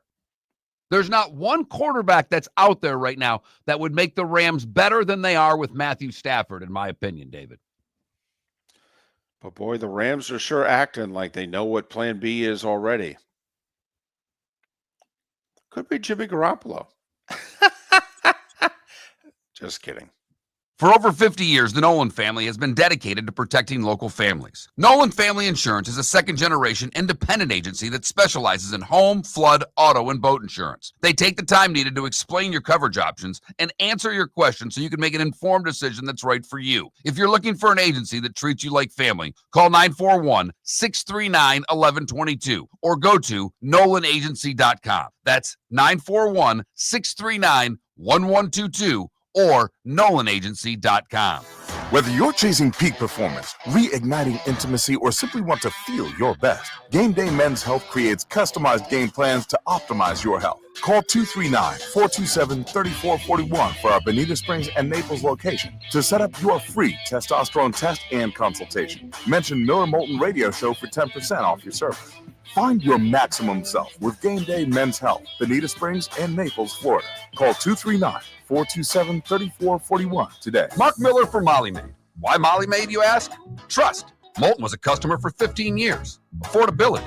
Didn't I just say Moulton was a customer for 15 years? Worry-free services. Our professional house cleaners are fully insured and a 24-hour warranty. Call Molly Maids today at 239-774-5839. That's 239-774-5839 or online at mollymaid.com/FTMYERS. That's mollymaid.com/FTMYERS. American Paint Supplies. For nearly 30 years is your one-stop shop for all your coating needs. If you are a designer, a contractor, a professional painter, or a weekend warrior, American Paint Supplies is the place where experts go to get expert solutions. At 6100 Shirley Street in Naples off of Pine Ridge, American Paint Supplies delivers the best solutions with the best products with the best support. Meet Gene and his team today at American Paint Supplies. Call 239-566-2700. That's 566-2700 or online at AmericanPaintSupplies.net. Basketball's heating up the hardwood. What a great time to stop in at the Floor Meisters and look at their hardwood. A large selection to choose from, including Mirage hardwood flooring. Floor Meisters has a look and style you want. Mirage wood is grown and made in Canada from the finest quality wood flooring you'll find. And while you're in, ask to see the Petite Enfant collection. 5 custom colors made only for the Floor Meisters. So good it has a 35-year warranty. Floor Meisters, 6281 Naples Boulevard,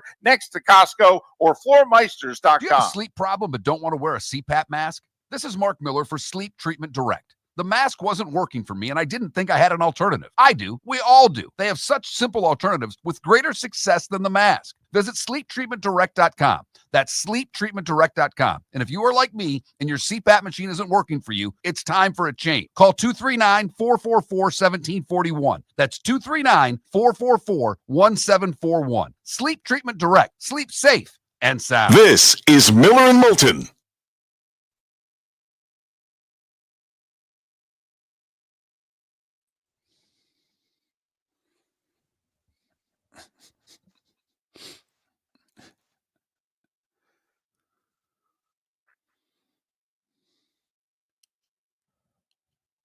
Oh, there's no doubt. Empire Tuesday. If you go to the grocery store on Tuesday, okay, first off, it's not that crowded.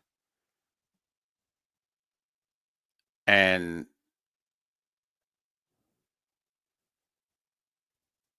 that would just be, if I'm looking to pick up women and I figure the grocery store is the way to go, I'm going to go Tuesday.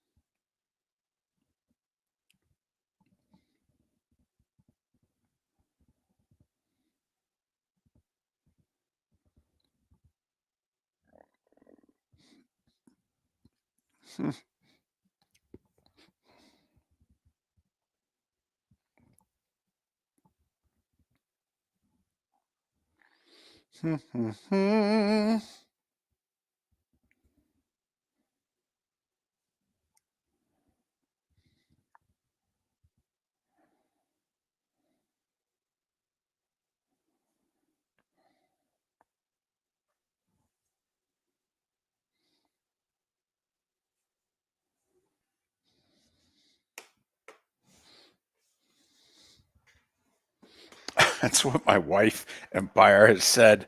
My wife's like, listen, you're it. Okay. Don't send me out there.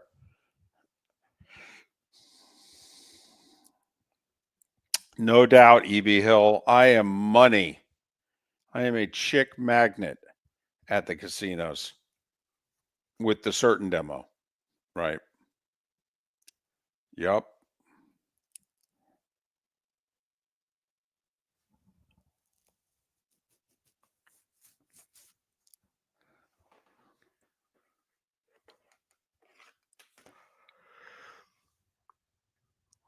I got to read this one comment. I missed it.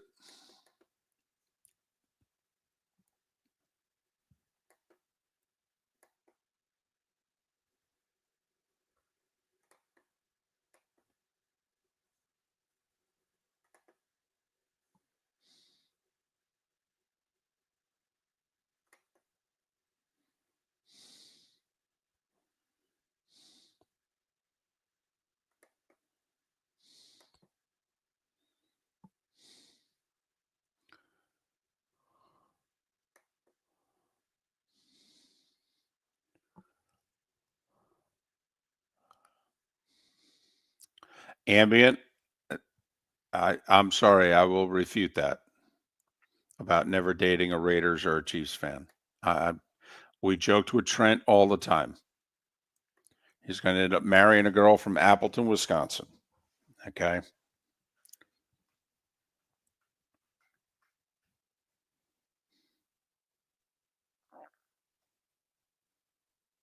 Preds are terrible. Trotz has got to try to blow that up, but I don't know who will take what he's got.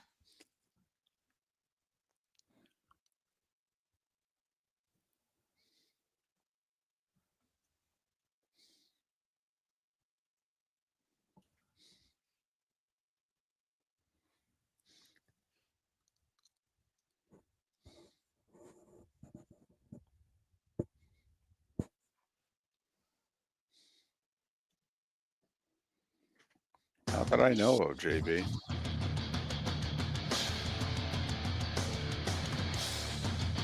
You're listening to Miller and Moulton, coming at you from the Floor Meister Studios. Floor Meisters, keeping it real. And now, here's Mark Miller and David Moulton. It is the bonus hour, the final hour of Miller and Moulton, not just for the week, but heck, for the month. Miller and Moulton, millerandmoulton.com, Miller_Moulton on X. Today's National Pancake Day. We made that the topic of our Swamp Buggy Races poll question. So which do you prefer? Waffles, pancakes, French toast? 3 items that'll all get their fair share of votes. Miller and Moulton both happen to vote for French toast. Waffles was in the early lead. French toast, I believe, has made a push to take the lead. Big lead. Oh, really? Okay. All right. So I'm curious, how many people have French toast at home? Don't you think that's something you purchase? How many people make French toast? The only way I ever get it. I don't know if I've ever ordered. I'm sure I have. But I would say it's like a 100-to-1 ratio French toast at home versus on the road. Interesting. Well, the only time I ever got it in the house was when my grandmother made it. I mean, it's not like I've made it. Well, you are a tough Right. judge to say people cooking things at home since, that's, French toast, because my wife lost her dad when she was, I think, 20. So I never obviously met my father-in-law. But my wife, who does not cook in our house, ever, damn near by a law, and there's a reason for that, every once in a while will say, I want to make my dad's French toast. There you go. And she makes French toast, and it's delicious. Good. Glad that Dad had the touch when it came to French toast. It's important, damn it. All right. Kind of bread you go with, do you throw some cinnamon in with it? Or do you throw the cinnamon on top of it afterwards? Anyway, French toast, waffles, pancakes. Today's National Pancake Day. It's our Swamp Buggy Races poll question. By the way, Swamp Buggy Races Sunday. Go to swampbuggy.com. Get your tickets. Swampbuggy.com. So this Stafford thing's going to go down today. First off, you're putting your money on Rams, Giants, Raiders. Well, from what I've read this morning, what I've seen posted, and obviously teams can come out of the woodwork, it certainly looks like the Giants are clearly third on that list by everything I'm reading. Interesting. So I think it's between the Raiders and Stain and LA. I'm going to lean Raiders for what it's worth. Well, I do think that both sides have kind of pushed each other to the point of divorce. I do. So let me ask you this. Are the Raiders being smart or are the Raiders being desperate? Same with the Giants, by the way. Because like somebody wrote a piece this morning saying that Joe Shane and the Giants' pursuit of Matthew Stafford shows just how staggeringly desperate they are. That this is foolish. This is dumb. What are you doing? Now, Miller and Moulton are two guys who we don't value the draft pick the way some of you do. In part because we know how many draft picks teams get wrong, which you guys never take into account. You guys think you're going to nail every pick. So to give up the second pick of the second round, I can't give that up. Why? Can I remind you who you've taken high in the second round the last few years you were a general manager? I mean, that would be my sarcastic comment to the GM of the Giants. Hell, with as many draft picks as you've screwed up, give up whatever you have to. Now, you got new people in charge with the Raiders, so they haven't screwed anything up yet. You know, they're going to hit on all their picks. Sure. Right. Absolutely. Everybody does, David. No one misses on their second. No, nobody misses. Hell, they don't miss on their first round picks. Right. I mean, that's why only about 20 of the 32 guys get the fifth-year option offered to them. You know, the other 12 they didn't miss on, you know, it's just details. Right. Mm-hmm. In fact, sometimes that number is 18 out of 32, not even 20. Hell, sometimes guys get fifth-year options and you missed. We'll find out. We'll find out with Trevor Lawrence. Period. So I'm just curious. Do you think the Raiders are being more smart or more desperate? I think more desperate. I know that Pete Carroll and Tom Brady believe they can turn this around with a wink of an eye and a flip of their nose. But I don't think that roster is good enough to flip around that quickly. I don't think bringing Matthew Stafford in makes you, at best, it makes you the third best team in the division. It may keep you right where you're at. I got to be honest. I'd love the Stafford move more if they still had Jacobs and Devontae. Yeah, I would too. It's why, you know, the part of Kupp, you mentioned it with the Giants, same thing with the Raiders. Cooper Kupp would be needed on the Raiders team. Yes. Yeah, that's why I would. Now, I have to eat up more of my cap, obviously, to take on Cooper Kupp, but I'm giving up less to the Rams. I mean, trust me, you're doing the Rams. The Rams aren't going to say, oh, well, if you want Cooper Kupp too, you got to throw in a no. I'm going to peel back some of what I'm giving you. I'm taking that money off your hands. You're going to thank me. But I'm just curious what people think when they're hearing the Raiders, the Giants, you know, Pittsburgh, for a minute and a half, Cleveland. Do you think that these teams are being smart? Or do you think, wow, they're pretty blanking desperate? I think they're desperate. For 2 years with where they're all three of those teams, the Giants, the Raiders, the Browns, and I know the Browns aren't going to get them, but I don't get it. Pittsburgh, I understand a little more. There's a defense there. They won 9 games last year with mediocre quarterback play. I think they won 10. Yeah. Or 10 rather. But you know, I mean, there I see it. To me, if I'm Stafford, the only 2 teams I want to play for are the Rams or the Steelers. I don't want to go play for the Giants. They're a mess. I don't want to play for the Browns. They're more of a mess than the Giants. And the Raiders don't intrigue me with Kansas City, Denver, and the LA Chargers in that division. Do you think the Raiders are a playoff team with Matthew Stafford?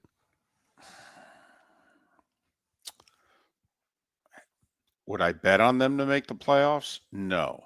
Would you bet on them to win 9 games? Do I think it's possible? Yes, I do. I mean, good quarterback play makes up for a lot. I mean, we could go through, go through the Colts and the Raiders, go through their one loss and go through, now imagine that Matthew Stafford was quarterback and the exact same team, by the way. Imagine that Matthew Stafford was quarterback in the Raiders last year. Well, for half the year, they had a receiver on their team, first of all. So, I mean, okay, maybe I'm wrong. But, our Denver fans in here, we brought in a quarterback. No, Denver already had an elite defense. The Raiders don't have an elite defense. That's why Pittsburgh makes sense to me for Stafford. That's an elite defense. A quarterback can do wonders when they have an elite defense. We thought with Aaron Rodgers with the Jets, why was that going to work? Because we thought the Jets had an elite defense. Like, this is just last year's Raiders team. They won 4 games, right? Yeah. Okay. They lost to the Falcons by 6 at home. They lost at Kansas City by 2. They gave up a late score to lose to the Broncos by 10. They lost to the Chiefs again by 7. They lost to the Rams by 5.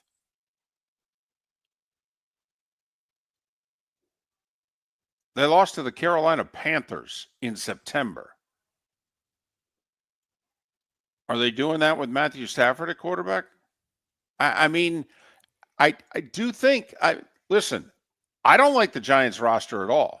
It's clearly the worst roster in the NFC East. Okay, but their quarterback play, Mark, was so bad last year that I think Matthew Stafford on last year's Giants team doubles their win total. Maybe does more than that.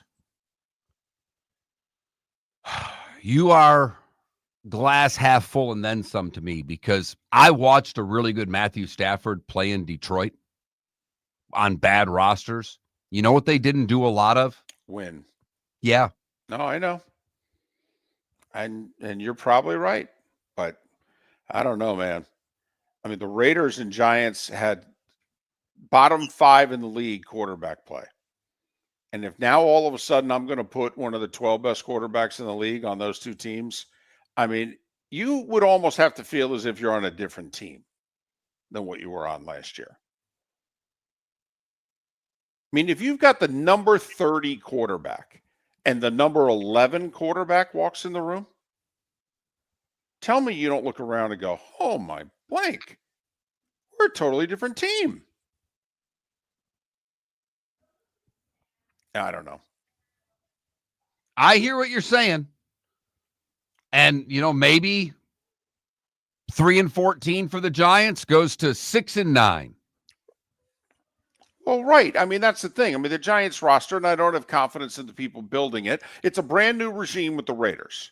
And listen, we knew the Raiders were not going to be in it for the long haul. Tom Brady's not interested in being patient. All right. Pete Carroll's 73 years old. He's got a 3-year contract. I mean, we knew the Raiders were going to try to get as good as possible, as quickly as possible.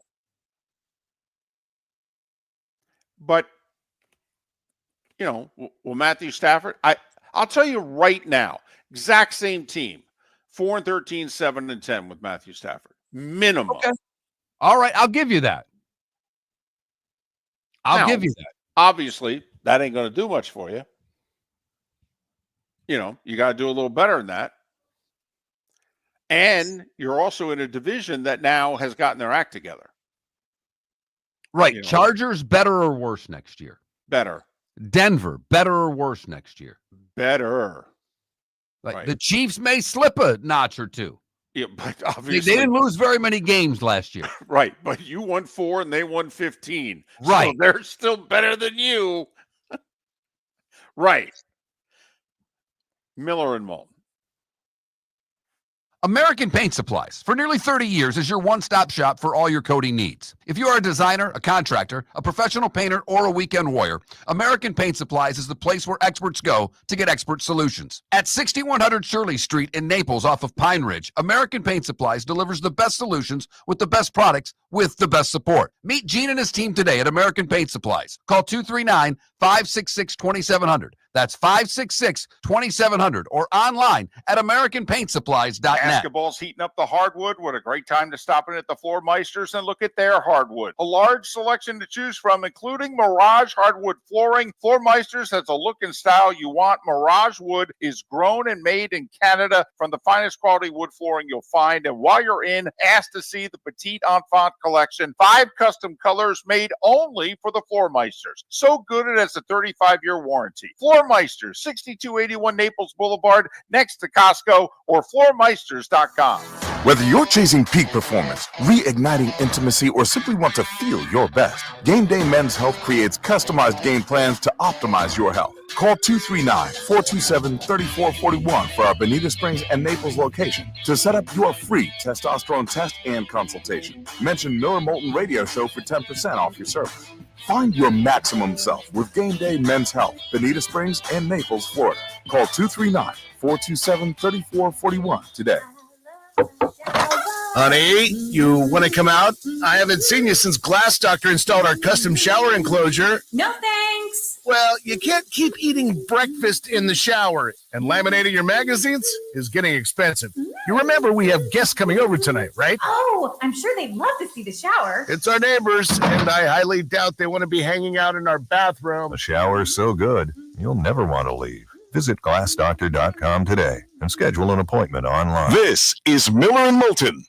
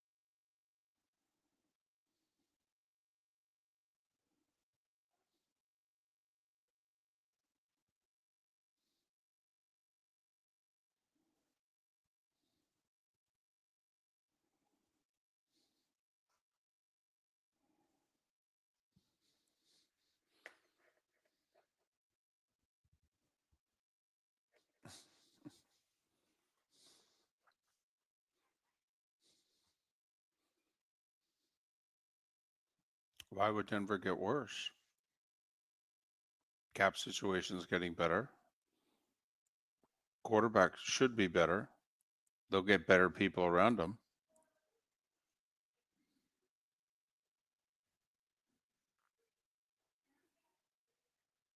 I mean, tough division, tough conference, and you need to get better just to, match what you did the year before. But Ambient, we do not hate the Denver Broncos. We just don't think they're the best team in football like you and Irish football do. We're just realistic about teams. We don't wear pom-poms for any team.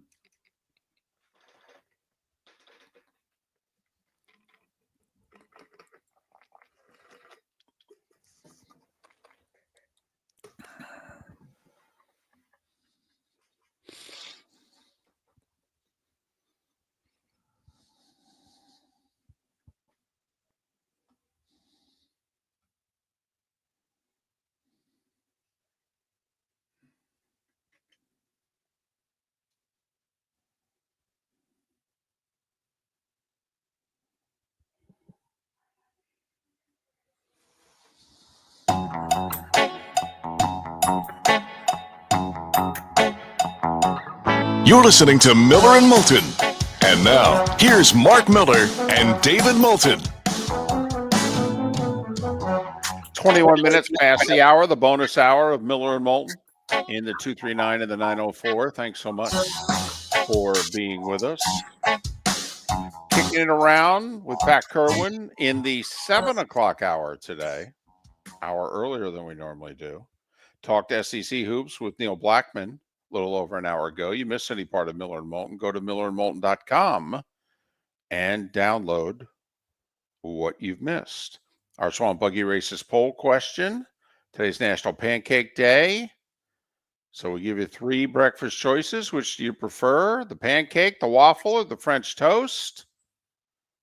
French toast in the lead after waffle got out to an early lead. Pancake's been third all day, and it's National Pancake Day. Little disrespect to the pancake. Yeah. But it is the most boring of the 3. You think a pancake is more boring than a waffle? Oh, yeah. In terms of taste? Really? I mean, like the waffle, obviously, with the, the ridges and the holes and what have you. And if you put think stuff... of all the places that syrup can hide in a waffle, David. Yeah, but the pancake just soaks them up, man. And then it sometimes gets a little too soggy. Huh. I'm a big fan of the silver dollar pancake, the smaller pancake, so I don't deal with the soggy pancake. You go to a restaurant, you get those manhole covers, and by the time you get to the middle of that thing, it's just dough. Yeah, you know me, Mark. I'm into size, okay? As I ask the waitress every time, so what on this menu is the most amount of food? That usually... Other people at the table find that very embarrassing, and they think I should be embarrassed. I'm not. I'm fact-finding. This is important. I want to know. I'm hungry. Which of these entrees provides the most amount of food? I think it's a very apropos question. Interesting. Because it is, David. You are asking for information that only the server would know if you've not been to this establishment before. Right. They could come back with, hey, all our sizes are pretty big. You'll be happy with anything. Or they could simply say, you want to get the meatloaf. Exactly. The lasagna. Okay. You want the lasagna. It's a big slab. Okay. Thank you. That's exactly what I want. David, in defense of the people at your table, I can see where they would find it a little embarrassing that the fat guy at the table goes, not what's the special today? What's the soup of the day? What's the best item on your menu? I'm looking for something with the most food. Now, in fairness to me, the fat guy at the table, as you so eloquently put it, the server has already told us what the specials and the soups are. So I already have that information. Now we got to cut to the heart of the matter. What's what entree here do I see the least amount of plate? Okay. What entree here do I have a chance of like getting my sleeve in the mashed potatoes with? Okay. That's what I need to know. What entree here do I have the best chance of wearing on the front of my shirt? That's what I'm spending. And, and not only that, now you got to spend a little bit more. So I actually think my questions are more in line. They might have been more out of line years ago. I think now it's a very reasonable question. It's certainly specific. Right. It gets right to the point. Yes. And I will defend you on this. You are asking the person that should know the answer. Mm-hmm. And, and this is because when you ask someone what's good, I mean, how many are going to admit to something on the menu being bad? Well, you don't want to order number 3 and number 7. I mean, do you ever get that answer? No. Right. I had a business lunch yesterday with the guy, and and he started laughing when I ordered my salad for lunch. And he went, do I want this burger or do I want the nacho plate? And the waiter went, you want the nacho plate. He gave him an A or a B. And I'll be damned, I'm eating that salad. And that SOB across from me it was a tray. It was like a tray you would get at a grade school size plate. Nice. And it is just covered with nacho chips and cheese and pulled pork. And I'm just looking at him like, you're killing me right now. You're absolutely killing me. As Bugs Bunny over here is eating a salad. Right. But that's your fault. He did a little R&D. You didn't. You paid the price. It's that simple. By the way, you pay or him? I paid. So you had the salad, had to watch him eat what you wanted, and then you had to pay for it. And David, what's funny is, you know this already. Miller and Moulton eat quickly. Yes, we do. Quickly. Mm-hmm. Which is an incredibly strange phenomenon for two guys that are only children. It would make a lot more sense if we were sitting down at a table of 6 with family and vying for as much as we could get. That's not the case. We never lacked to eat our whole lives. And so I take down this salad rather quickly. Well, sure, it's a salad. Right.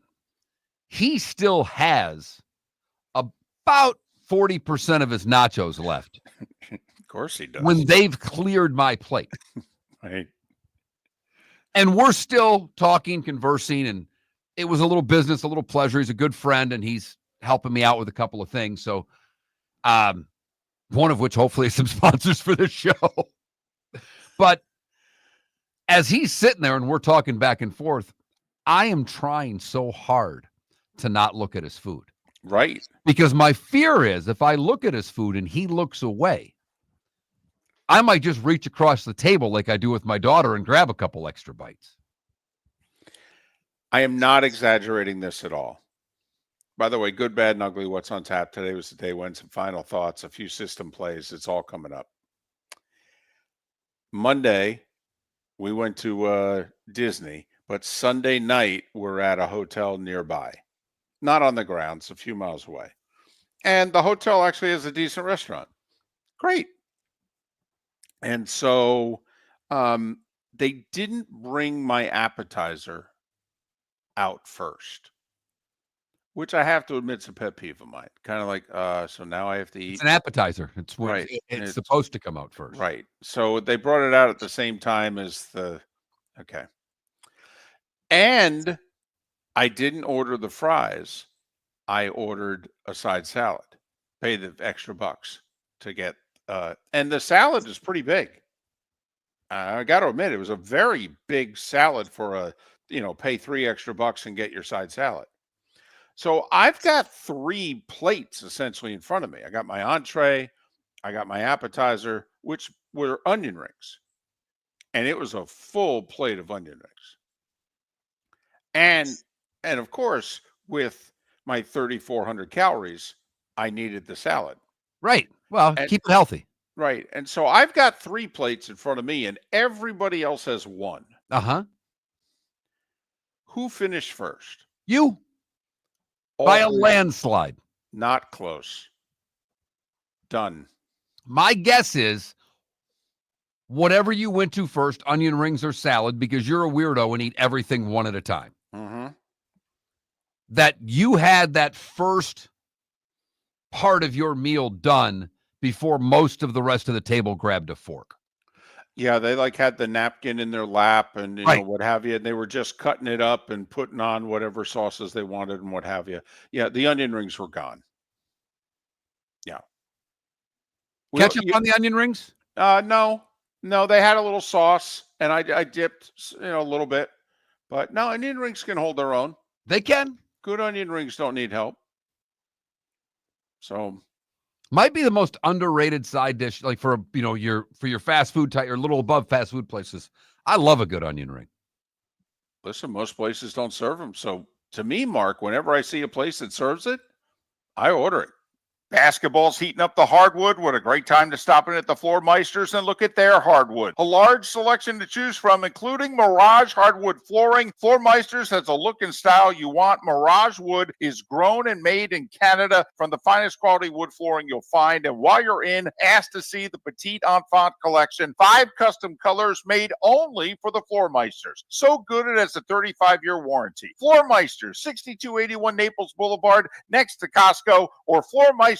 American Paint Supplies, for nearly 30 years, is your one-stop shop for all your coating needs. If you are a designer, a contractor, a professional painter, or a weekend warrior, American Paint Supplies is the place where experts go to get expert solutions. At 6100 Shirley Street in Naples off of Pine Ridge, American Paint Supplies delivers the best solutions with the best products with the best support. Meet Gene and his team today at American Paint Supplies. Call 239-566-2700. That's 566-2700 or online at AmericanPaintSupplies.net. For over 50 years, the Nolan family has been dedicated to protecting local families. Nolan Family Insurance is a second-generation independent agency that specializes in home, flood, auto, and boat insurance. They take the time needed to explain your coverage options and answer your questions so you can make an informed decision that's right for you. If you're looking for an agency that treats you like family, call 941-639-1122 or go to NolanAgency.com. That's 941-639-1122 or NolanAgency.com. A sleep problem but don't want to wear a CPAP mask?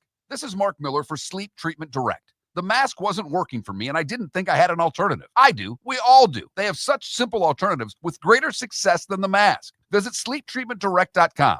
That's SleepTreatmentDirect.com. And if you are like me and your CPAP machine isn't working for you, it's time for a change. Call 239-444-1741. That's 239-444-1741. Sleep Treatment Direct. Sleep safe and sound. This is Miller and Moulton.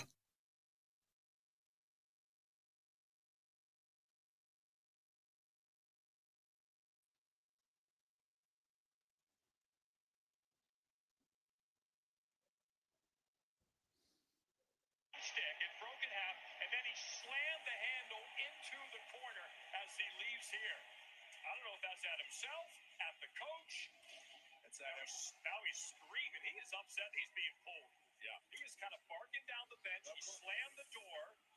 Well, two of the rolls went off his own guys. And now this one, he's left to his own devices. So, look all the way down the other end, see him down at the far end, and he sees the hook is coming, and it's a humiliating feeling.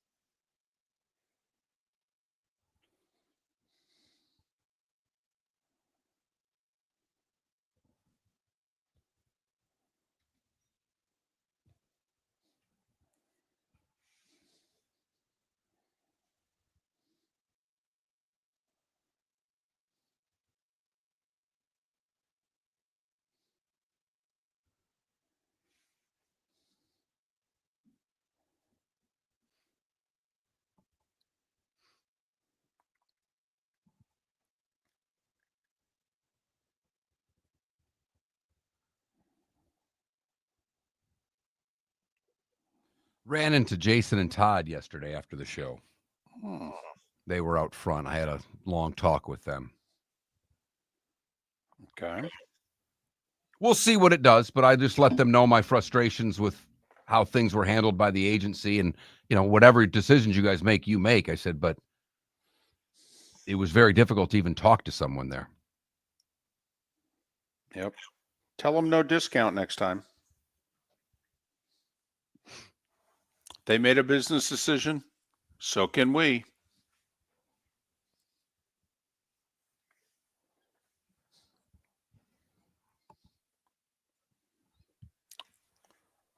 Amount of money we've made them? Okay. Nice guys. We like them a lot. I'd have beers with them every day.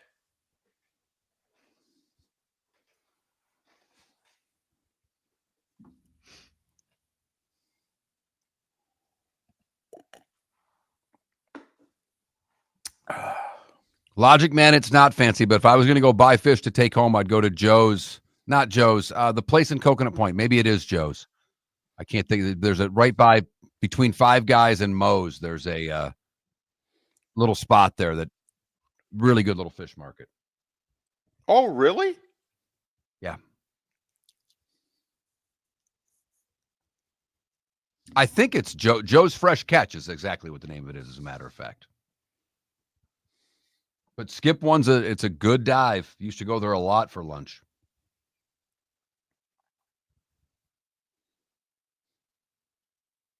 I've never eaten there, but I've bought in a lot of their stuff to take home and cook. It's not cheap, but nothing is anymore.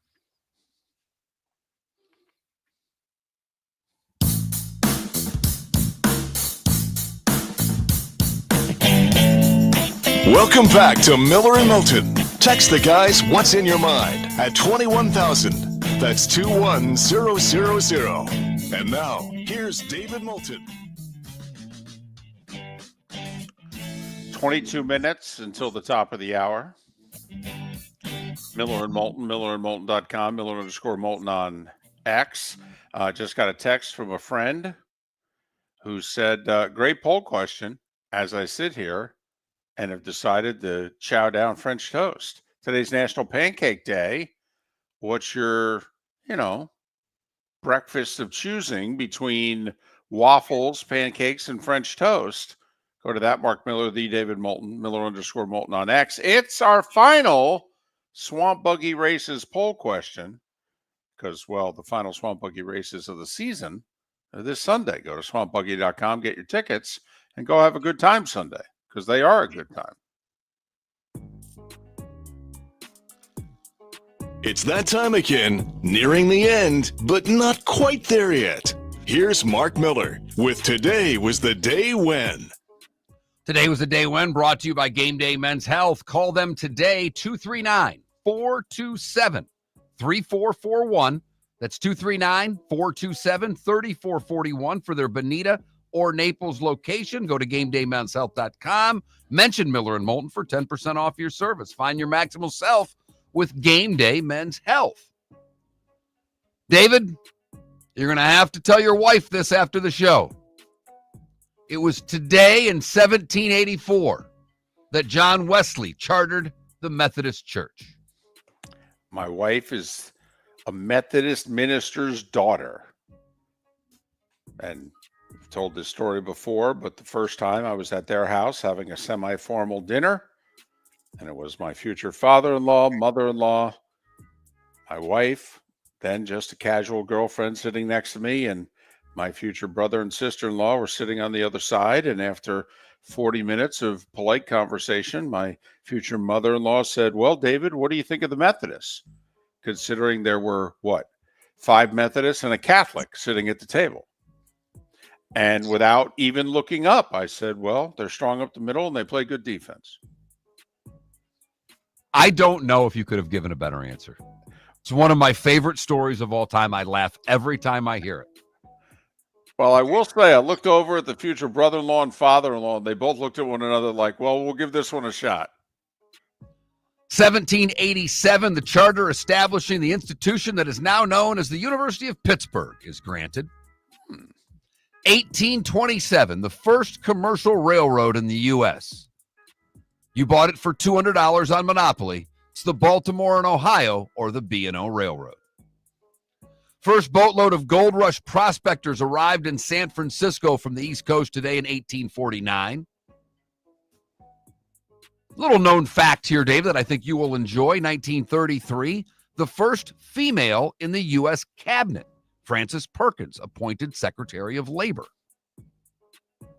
1940, first televised basketball game. University of Pittsburgh beats Fordham 50-37. Francis Crick and James Watson discover the chemical structure of the DNA molecule today in 1953. This is a biggie. That is a biggie. This is a biggie. I know it's a little wordy and, it's an awkward headline. The chemical structure is discovered. Big.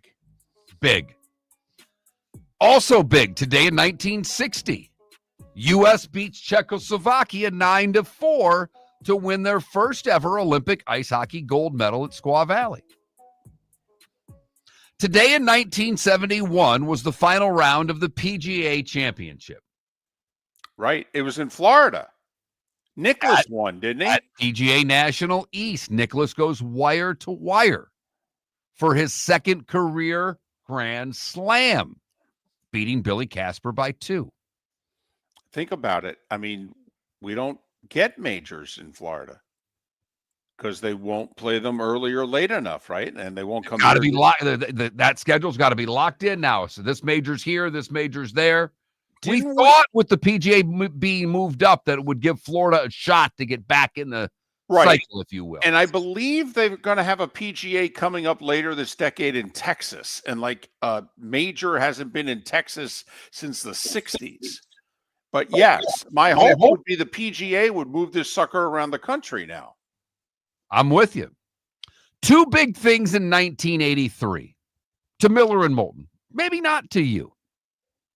The first is that U2 released their 3rd studio album, War.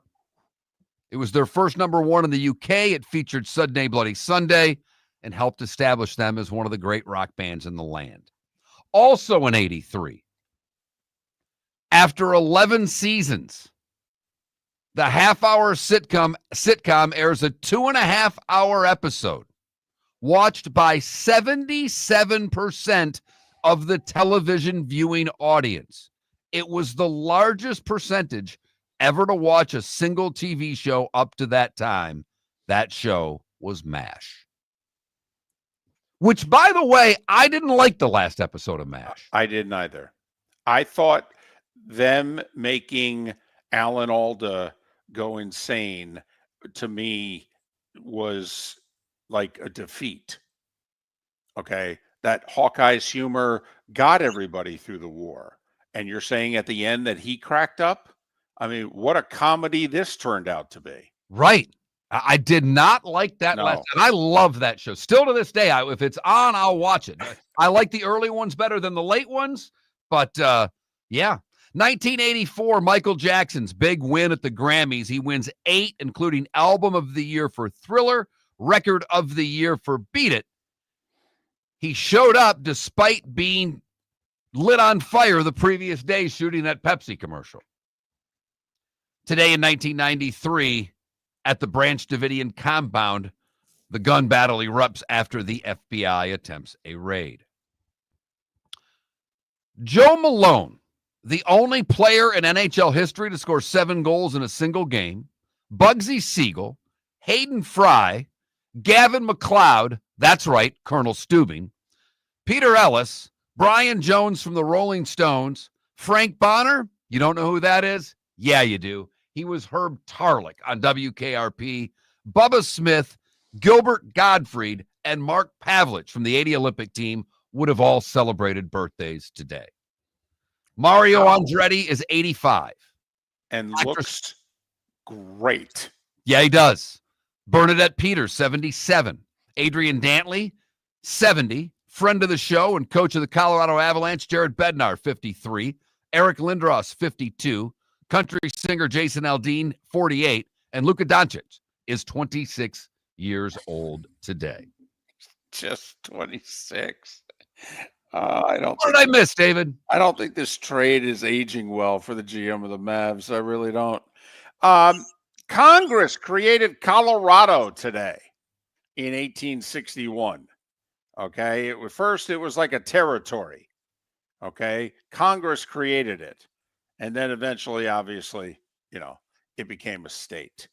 Silver dollars made legal today in 1878. And 1986, this was a big story at the time. Baseball's still the number one sport in the country. Football's really close, but baseball's still the number one sport in the country. Commissioner Peter Ueberroth suspends 11 players for their involvement with illegal drugs, and we're not talking steroids.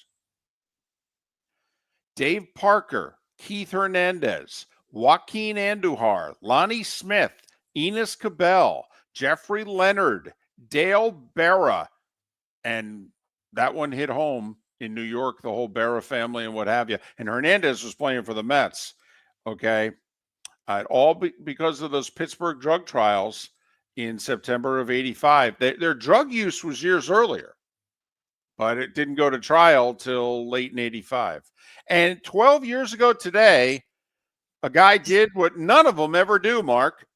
Pope Benedict resigned.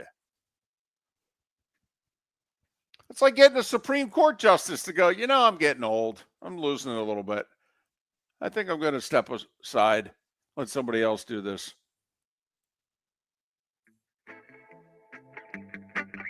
Time to see life a little bit differently.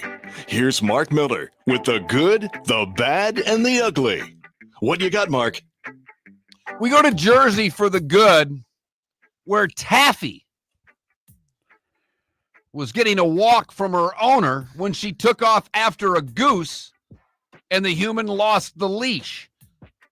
The goose flew out over a frozen lake. The dog followed and then fell in. Fortunately, patrolman Doug Centron donned special rescue gear, ventured out into the lake, and lifted Taffy out of the water and back to safety. For the bad, we go to Fort Myers, where 2 Colombian nationals were arrested Thursday after state law enforcement agents seized more than a pound of pink cocaine, a street drug known as Tussie, I guess.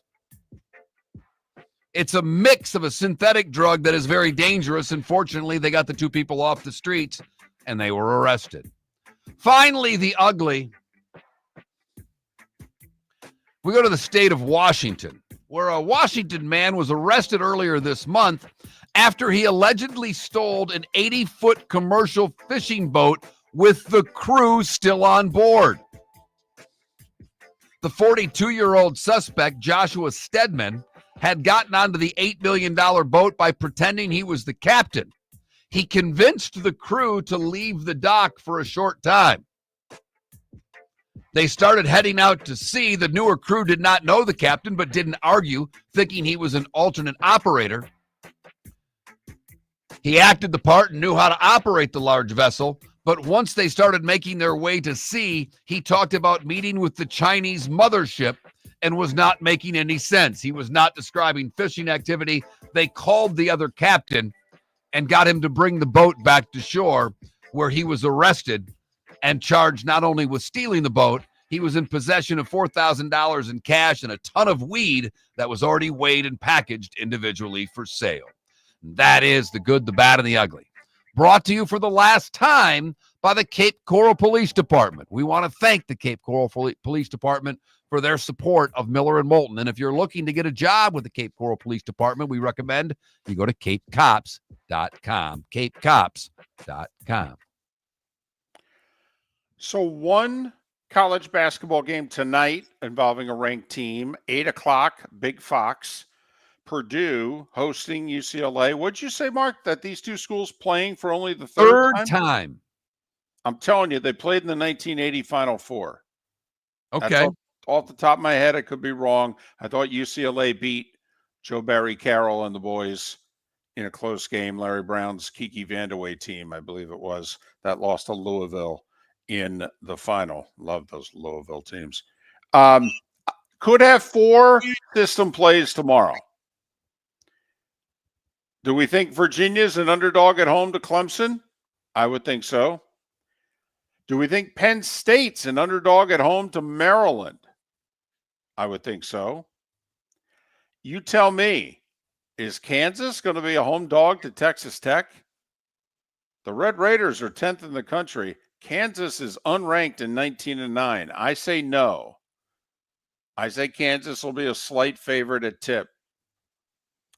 Vandy at home against Missouri. Do we think they'll be a dog? It'll be close.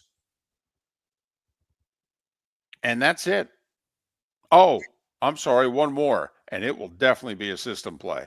Georgetown's will be a home dog to Marquette. Oh, yeah. Tomorrow night.